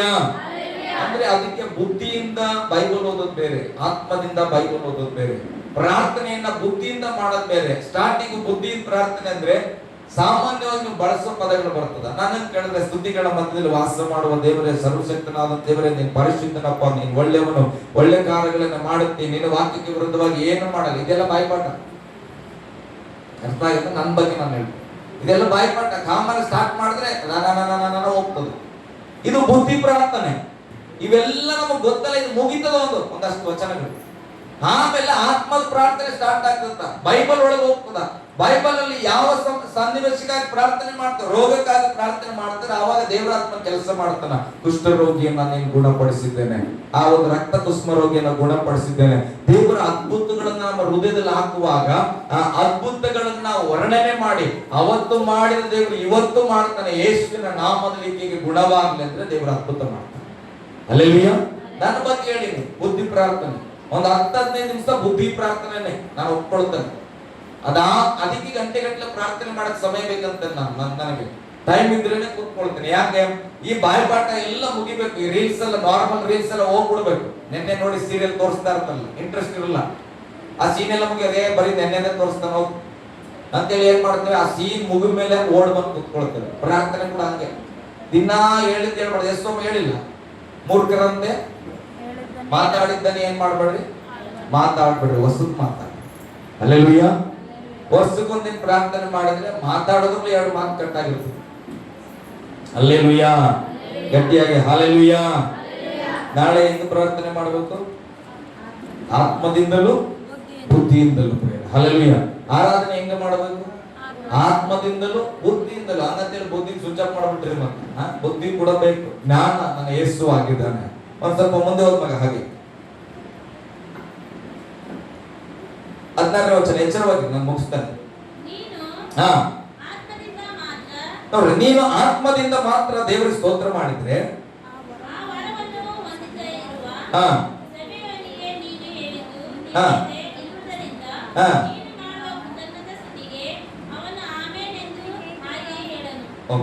ಈಗ ನನಗೆ ಆತ್ಮದಲ್ಲಿ ಪ್ರಾರ್ಥನೆ ಮಾಡಕ್ ಬರ್ತದೆ. ಈಗ ಇಲ್ಲಿ ಬಂದಿನಿ, ಸಭೆ ನಡೀತಾ ಇದೆ. ಈಗ ನಾನು ಕಣ್ಣು ಮುಚ್ಕೊಂಡು 2 ಮೊಣಕಾಲ ಎತ್ತಿ ಸುಮ್ಮನೆ ಆತ್ಮದಾಗ ಸ್ತೋತ್ರ ಹೇಳ್ತಾ ಇದ್ರಿ, ನಿಮ್ಗೆ ಏನರ್ಥ ಆಗ್ತದ? ಈಗ ನಾನು ಒಳಗೆ ಉದಾಹರಣೆಗೆ ಶ್ವೇತಕ ಮನೆ ಕಟ್ಲಿಕ್ಕೆ ಆತ್ಮದಲ್ಲಿ ಪ್ರಾರ್ಥನೆ ಮಾಡ್ತಾ ಇದ್ದೇನೆ. ಶ್ವೇತಕ ಆಮೇಲೆ ಹೇಳ್ತಾರ, ಅವ್ರು ಕೇಳಿಸಿಲ್ಲ. ಹಾಗಾದ್ರೆ ಸಭೆಯಲ್ಲಿ ಅಂತ ಪ್ರಾರ್ಥನೆ ಮಾಡಬೇಕು. ಆ ಆತ್ಮದಲ್ಲಿ ಮಾತನಾಡೋದ್ರೆ ಬುದ್ಧಿ ತಂದು ಹೊರಗೆ ಮಾತನಾಡಬೇಕು. ಐಕ್ಯತೆಯ ಪ್ರಾರ್ಥನೆ ಇದು. ನಾನು ಏನು ಶ್ವೇತಕ ಒಂದು ಒಳ್ಳೆ ಮನೆ ಕಟ್ಟಲ್ಪಡಲಿ ಅಂದ್ರೆ ನಾವೆಲ್ಲರೂ ಆಮೇಲೆ ಹೇಳ್ತೇವೆ. ಹೇಳ್ರಿ, ಒಂದು ಆಮೇಲೆ ಹೇಳ್ರಿ. ಹೇಳ್ತೇವೆ ಅಂದ್ರೆ ಹೇಳ್ತೀರಿ, ಹೇಳಂದ್ರೆ ಹೇಳ್ತೀರಿ. ಹಂಗಲ್ಲ, ಶ್ವೇತಕ ಮನೆ ಕಟ್ಟದ್ರಂದ್ರೆ ನಮ್ಗೆ ಬಾಡಿಗೆ ಇಲ್ಲ, ಹಂಗೆ ಉಳಿಬೋದು. ಹಲ್ಲೆಲೂಯ. ವಿಶ್ವಾಸದ ಮಾತುಗಳನ್ನ ಆಡೋದು ಯಾರಿಗಾಗಲಿ ಒಂದು ಆಮೇಲೆ ಹೇಳ್ಬೇಕು, ಒಳ್ಳೆ. ಹಲ್ಲೆಲೂಯ. ಇಲ್ಲಿ ವಚನ ಹೇಳ್ತದೆ, ಕೆಲವು ಸಾರಿ ನಾವೆಲ್ಲರೂ ಒಟ್ಟಾಗಿ ಪ್ರಾರ್ಥನೆ ಮಾಡುವಾಗ ಬಾಯಿ ತೆರೆದ ಪ್ರಾರ್ಥನೆ ಮಾಡೋದು ಏನಕ್ಕೆ ಅಂದ್ರೆ, ನಾನ್ ಮಾಡಿದ ಪ್ರಾರ್ಥನೆ ಎಲ್ಲರೂ ಓಕೆ ಹೇಳೋದು, ಇದಾಗ್ಲಿ ಸ್ವಾಮಿ ಅಂತ.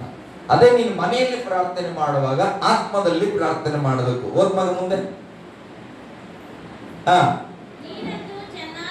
ನೋಡ್ರಿ, ನೀನಂತೂ ಚೆನ್ನಾಗಿ ಕೃತಜ್ಞತಾ ಸ್ತುತಿ ಮಾಡುತ್ತಿ, ಹೌದು, ಆದರೆ ಬೇರೊಬ್ಬನ ಭಕ್ತಿ ವೃದ್ಧಿ ಹೊಂದಲ್ಲ. ನಿನ್ನ ಪಾಡಕ್ಕೆ ನೀನು ಮೊಣಕಾಲ ಸುಮ್ಮನೆ 2 ತಾಸು ಕಣ್ಣು ಕೂತ್ಬಿಟ್ರೆ ಭಕ್ತಿ ಭಕ್ತಿ ಬರಲ್ಲ, ನಿದ್ದೆ ಬಂದು ಮನೆಗೆ ಹೋಗ್ಬಿಡ್ತಾರೆ. ಅದಕ್ಕೆ ಗುಂಪಲ್ಲಿ ನಾವಿದ್ದಾಗ ಪಕ್ಕದವ್ರಿಗೆ ನಂಬಿಕೆ ಹುಟ್ಟುವಂತೆ, ಪಕ್ಕದವ್ರಿಗೂ ಕೂಡ ಭಕ್ತಿ ಬರುವಂತೆ ದೇವರ ಕಾರ್ಯಗಳನ್ನ ಮಾತನಾಡಬೇಕ್ರಿ. ದೇವ್ರೇ, ನಾನು ಎಷ್ಟು ಕಷ್ಟದಲ್ಲಿ ಇದ್ದಪ್ಪ, ನನ್ನ ನೀನು ಕರುಣಿಸಿದಿ, ನನ್ನ ಸಾಲ ತೀರಿಸಿದಿ, ನನಗೊಂದು ಬಿಡುಗಡೆ ಕೊಟ್ಟಿದ್ದು ಹೇಳುವಾಗ ಪಕ್ಕದಿಂದ ಕಿವಿಗೆ ಆ ಮಾತು ಬಿದ್ರೆ ವಿಶ್ವಾಸ ಬರುತ್ತೆ, ಈ ಅಮ್ಮ ಸಾಲ ತೀರಿದ್ರೆ ನಂದು ಕೂಡ ತೀರುತ್ತೆ ಎಂಬುದಾಗಿ. ಹಲ್ಲೆಲೂಯಾ, ಗಟ್ಟಿಯಾಗಿ ಹಲ್ಲೆಲೂಯಾ. ಓಕೆ, 21ನೇ ವಚನ ಓದಿ. ಅನ್ಯ ಭಾಷೆಯವರ ಮೂಲಕವಾಗಿಯೂ ಪರದೇಶಸ್ಥರ ನಾಲಿಗೆಯಿಂದಲೂ ನಾನು ಈ ಜನರ ಸಂಗಡ ಮಾತಾಡುವೆನು, ಆದರೂ ಅವರು ನನ್ನ ಮಾತಿಗೆ ಕಿವಿಗೊಡುವುದಿಲ್ಲವೆಂದು ಕರ್ತನು ಹೇಳುತ್ತಾನೆಂಬುದಾಗಿ ಧರ್ಮಶಾಸ್ತ್ರದಲ್ಲಿ ಬರೆದಿದೆ. ಇದನ್ನ ಚೆನ್ನಾಗಿ ಕೇಳಿಸ್ಕೊಡ್ರಿ, ನಾನು ಮುಗಿಸ್ತಾ ಇದ್ದೇನೆ ಪ್ರಾರ್ಥನೆ. ನೋಡ್ರಿ, ಪೌಲನು ಒಂದು ವಚನ ಹೇಳ್ತಾನೆ, ಎಚ್ಚರವಾಗಿದ್ರೆ ಎಲ್ಲ ಒಂದು ಹಲ್ಲೆಲೂಯಾ ಹೇಳ್ರಿ. ನೋಡ್ರಿ, ಪೌಲನು ಹೇಳ್ತಾನೆ, ಅನ್ಯ ಭಾಷೆಯವರ ಮೂಲಕವಾಗಿಯೂ ಪರದೇಶಸ್ಥರ ನಾಲಿಗೆಯಿಂದಲೂ ನಾನು ಈ ಜನರ ಸಂಗಡ ಮಾತನಾಡುವೆನು, ಆದರೂ ಅವರು ನನ್ನ ಮಾತಿಗೆ ಕಿವಿಗೊಡುವುದಿಲ್ಲವೆಂದು ಕರ್ತನು ಹೇಳುತ್ತಾನೆಂಬುದು ಧರ್ಮಶಾಸ್ತ್ರದಲ್ಲಿ ಬರೆದಿದೆ. ಹಲ್ಲೆಲೂಯಾ, ಗಟ್ಟಿಯಾಗಿ ಹಲ್ಲೆಲೂಯಾ. ಕೆಲವು ಜನರು, ಉದಾಹರಣೆಗೆ ಅವ್ರ ಭಾಷೆ ಅಂದ್ರೆ, ನೀವು ಯಾವ ಭಾಷೆ ಮಾತಾಡ್ತೀರಿ? ಇಲ್ಲಿ ಕನ್ನಡ ಅಲ್ಲ, ಕನ್ನಡದಲ್ಲಿ ನಾನು ಪ್ರಾರ್ಥಿಸ್ತಾ ಇದ್ದೇನೆ. ಒಂದು, ಈ ಕನ್ನಡ ಭಾಷೆ ನಿಮ್ಗೆ ಅರ್ಥ ಆಗ್ಬೇಕು. ಇಲ್ಲಾಂದ್ರೆ ದೇವರ ಆತ್ಮೀಯ ಭಾಷೆಯಲ್ಲಿ ನಾವು ಸ್ತೋತ್ರ ಮಾಡ್ತಾ ಇರ್ತೇವೆ, ದೇವರ ಆತ್ಮ ನಿಮ್ಮೊಳಗಿದ್ರೆ ಅದರ ಅರ್ಥ ಆಗ್ಬೇಕು. ಇವು ಎರಡೂ ಅರ್ಥ ಆಗದೆ ಇದ್ರೆ ಬೈಬಲ್ ಹೇಳುತ್ತೆ, ಇವರು ಹೇಗೂ ದೇವರನ್ನ ತಿಳ್ಕೊಳ್ಬಾರದು ಎಂಬುದಾಗಿ ಯಾರ ಹೆಸರು ಬರೆಯಲ್ಪಟ್ಟಿದ್ದ ಅವರ ಗುಂಪು ಎಂಬುದಾಗಿ. ಆ ಗುಂಪಿನವರಾಗಿ ನಾವು ಇರದೆ ದೇವರ ಮಾತಿಗೆ ಕಿವಿಗೊಡಬೇಕು ಪ್ರಿಯರೇ.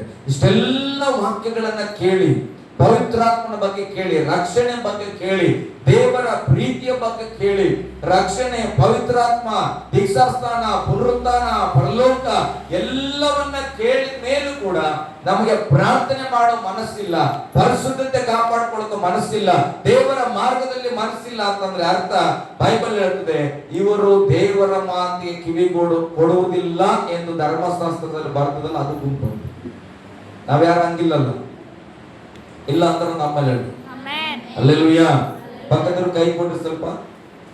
ದೇವರ ಮಾತಿಗೆ ಕಿವಿಗೊಡ್ರಿ, ಪವಿತ್ರಾತ್ಮನನ್ನು ನಿಂದಿಸಬೇಡ್ರಿ, ಪವಿತ್ರಾತ್ಮನ ವಿಷಯಕ್ಕೆ ಗಮನ ಕೊಟ್ಟು ನಿಮ್ಮೊಳಗಿರುವ ಪವಿತ್ರಾತ್ಮನು ಹೇಳುವ ರೀತಿಯಲ್ಲಿ ನಿಮ್ಮ ಜೀವನವನ್ನ ನೀವು ನಡೆಸಿರಿ. ದೇವರು ನಿಮ್ಮನ್ನು ಆಶೀರ್ವದಿಸಲಿ. ಆಮೆನ್. ನಾವೆಲ್ಲರೂ ಎದ್ದು ನಿಂತುಕೊಂಡು ಕರ್ತನ ಸನ್ನಿಧಿ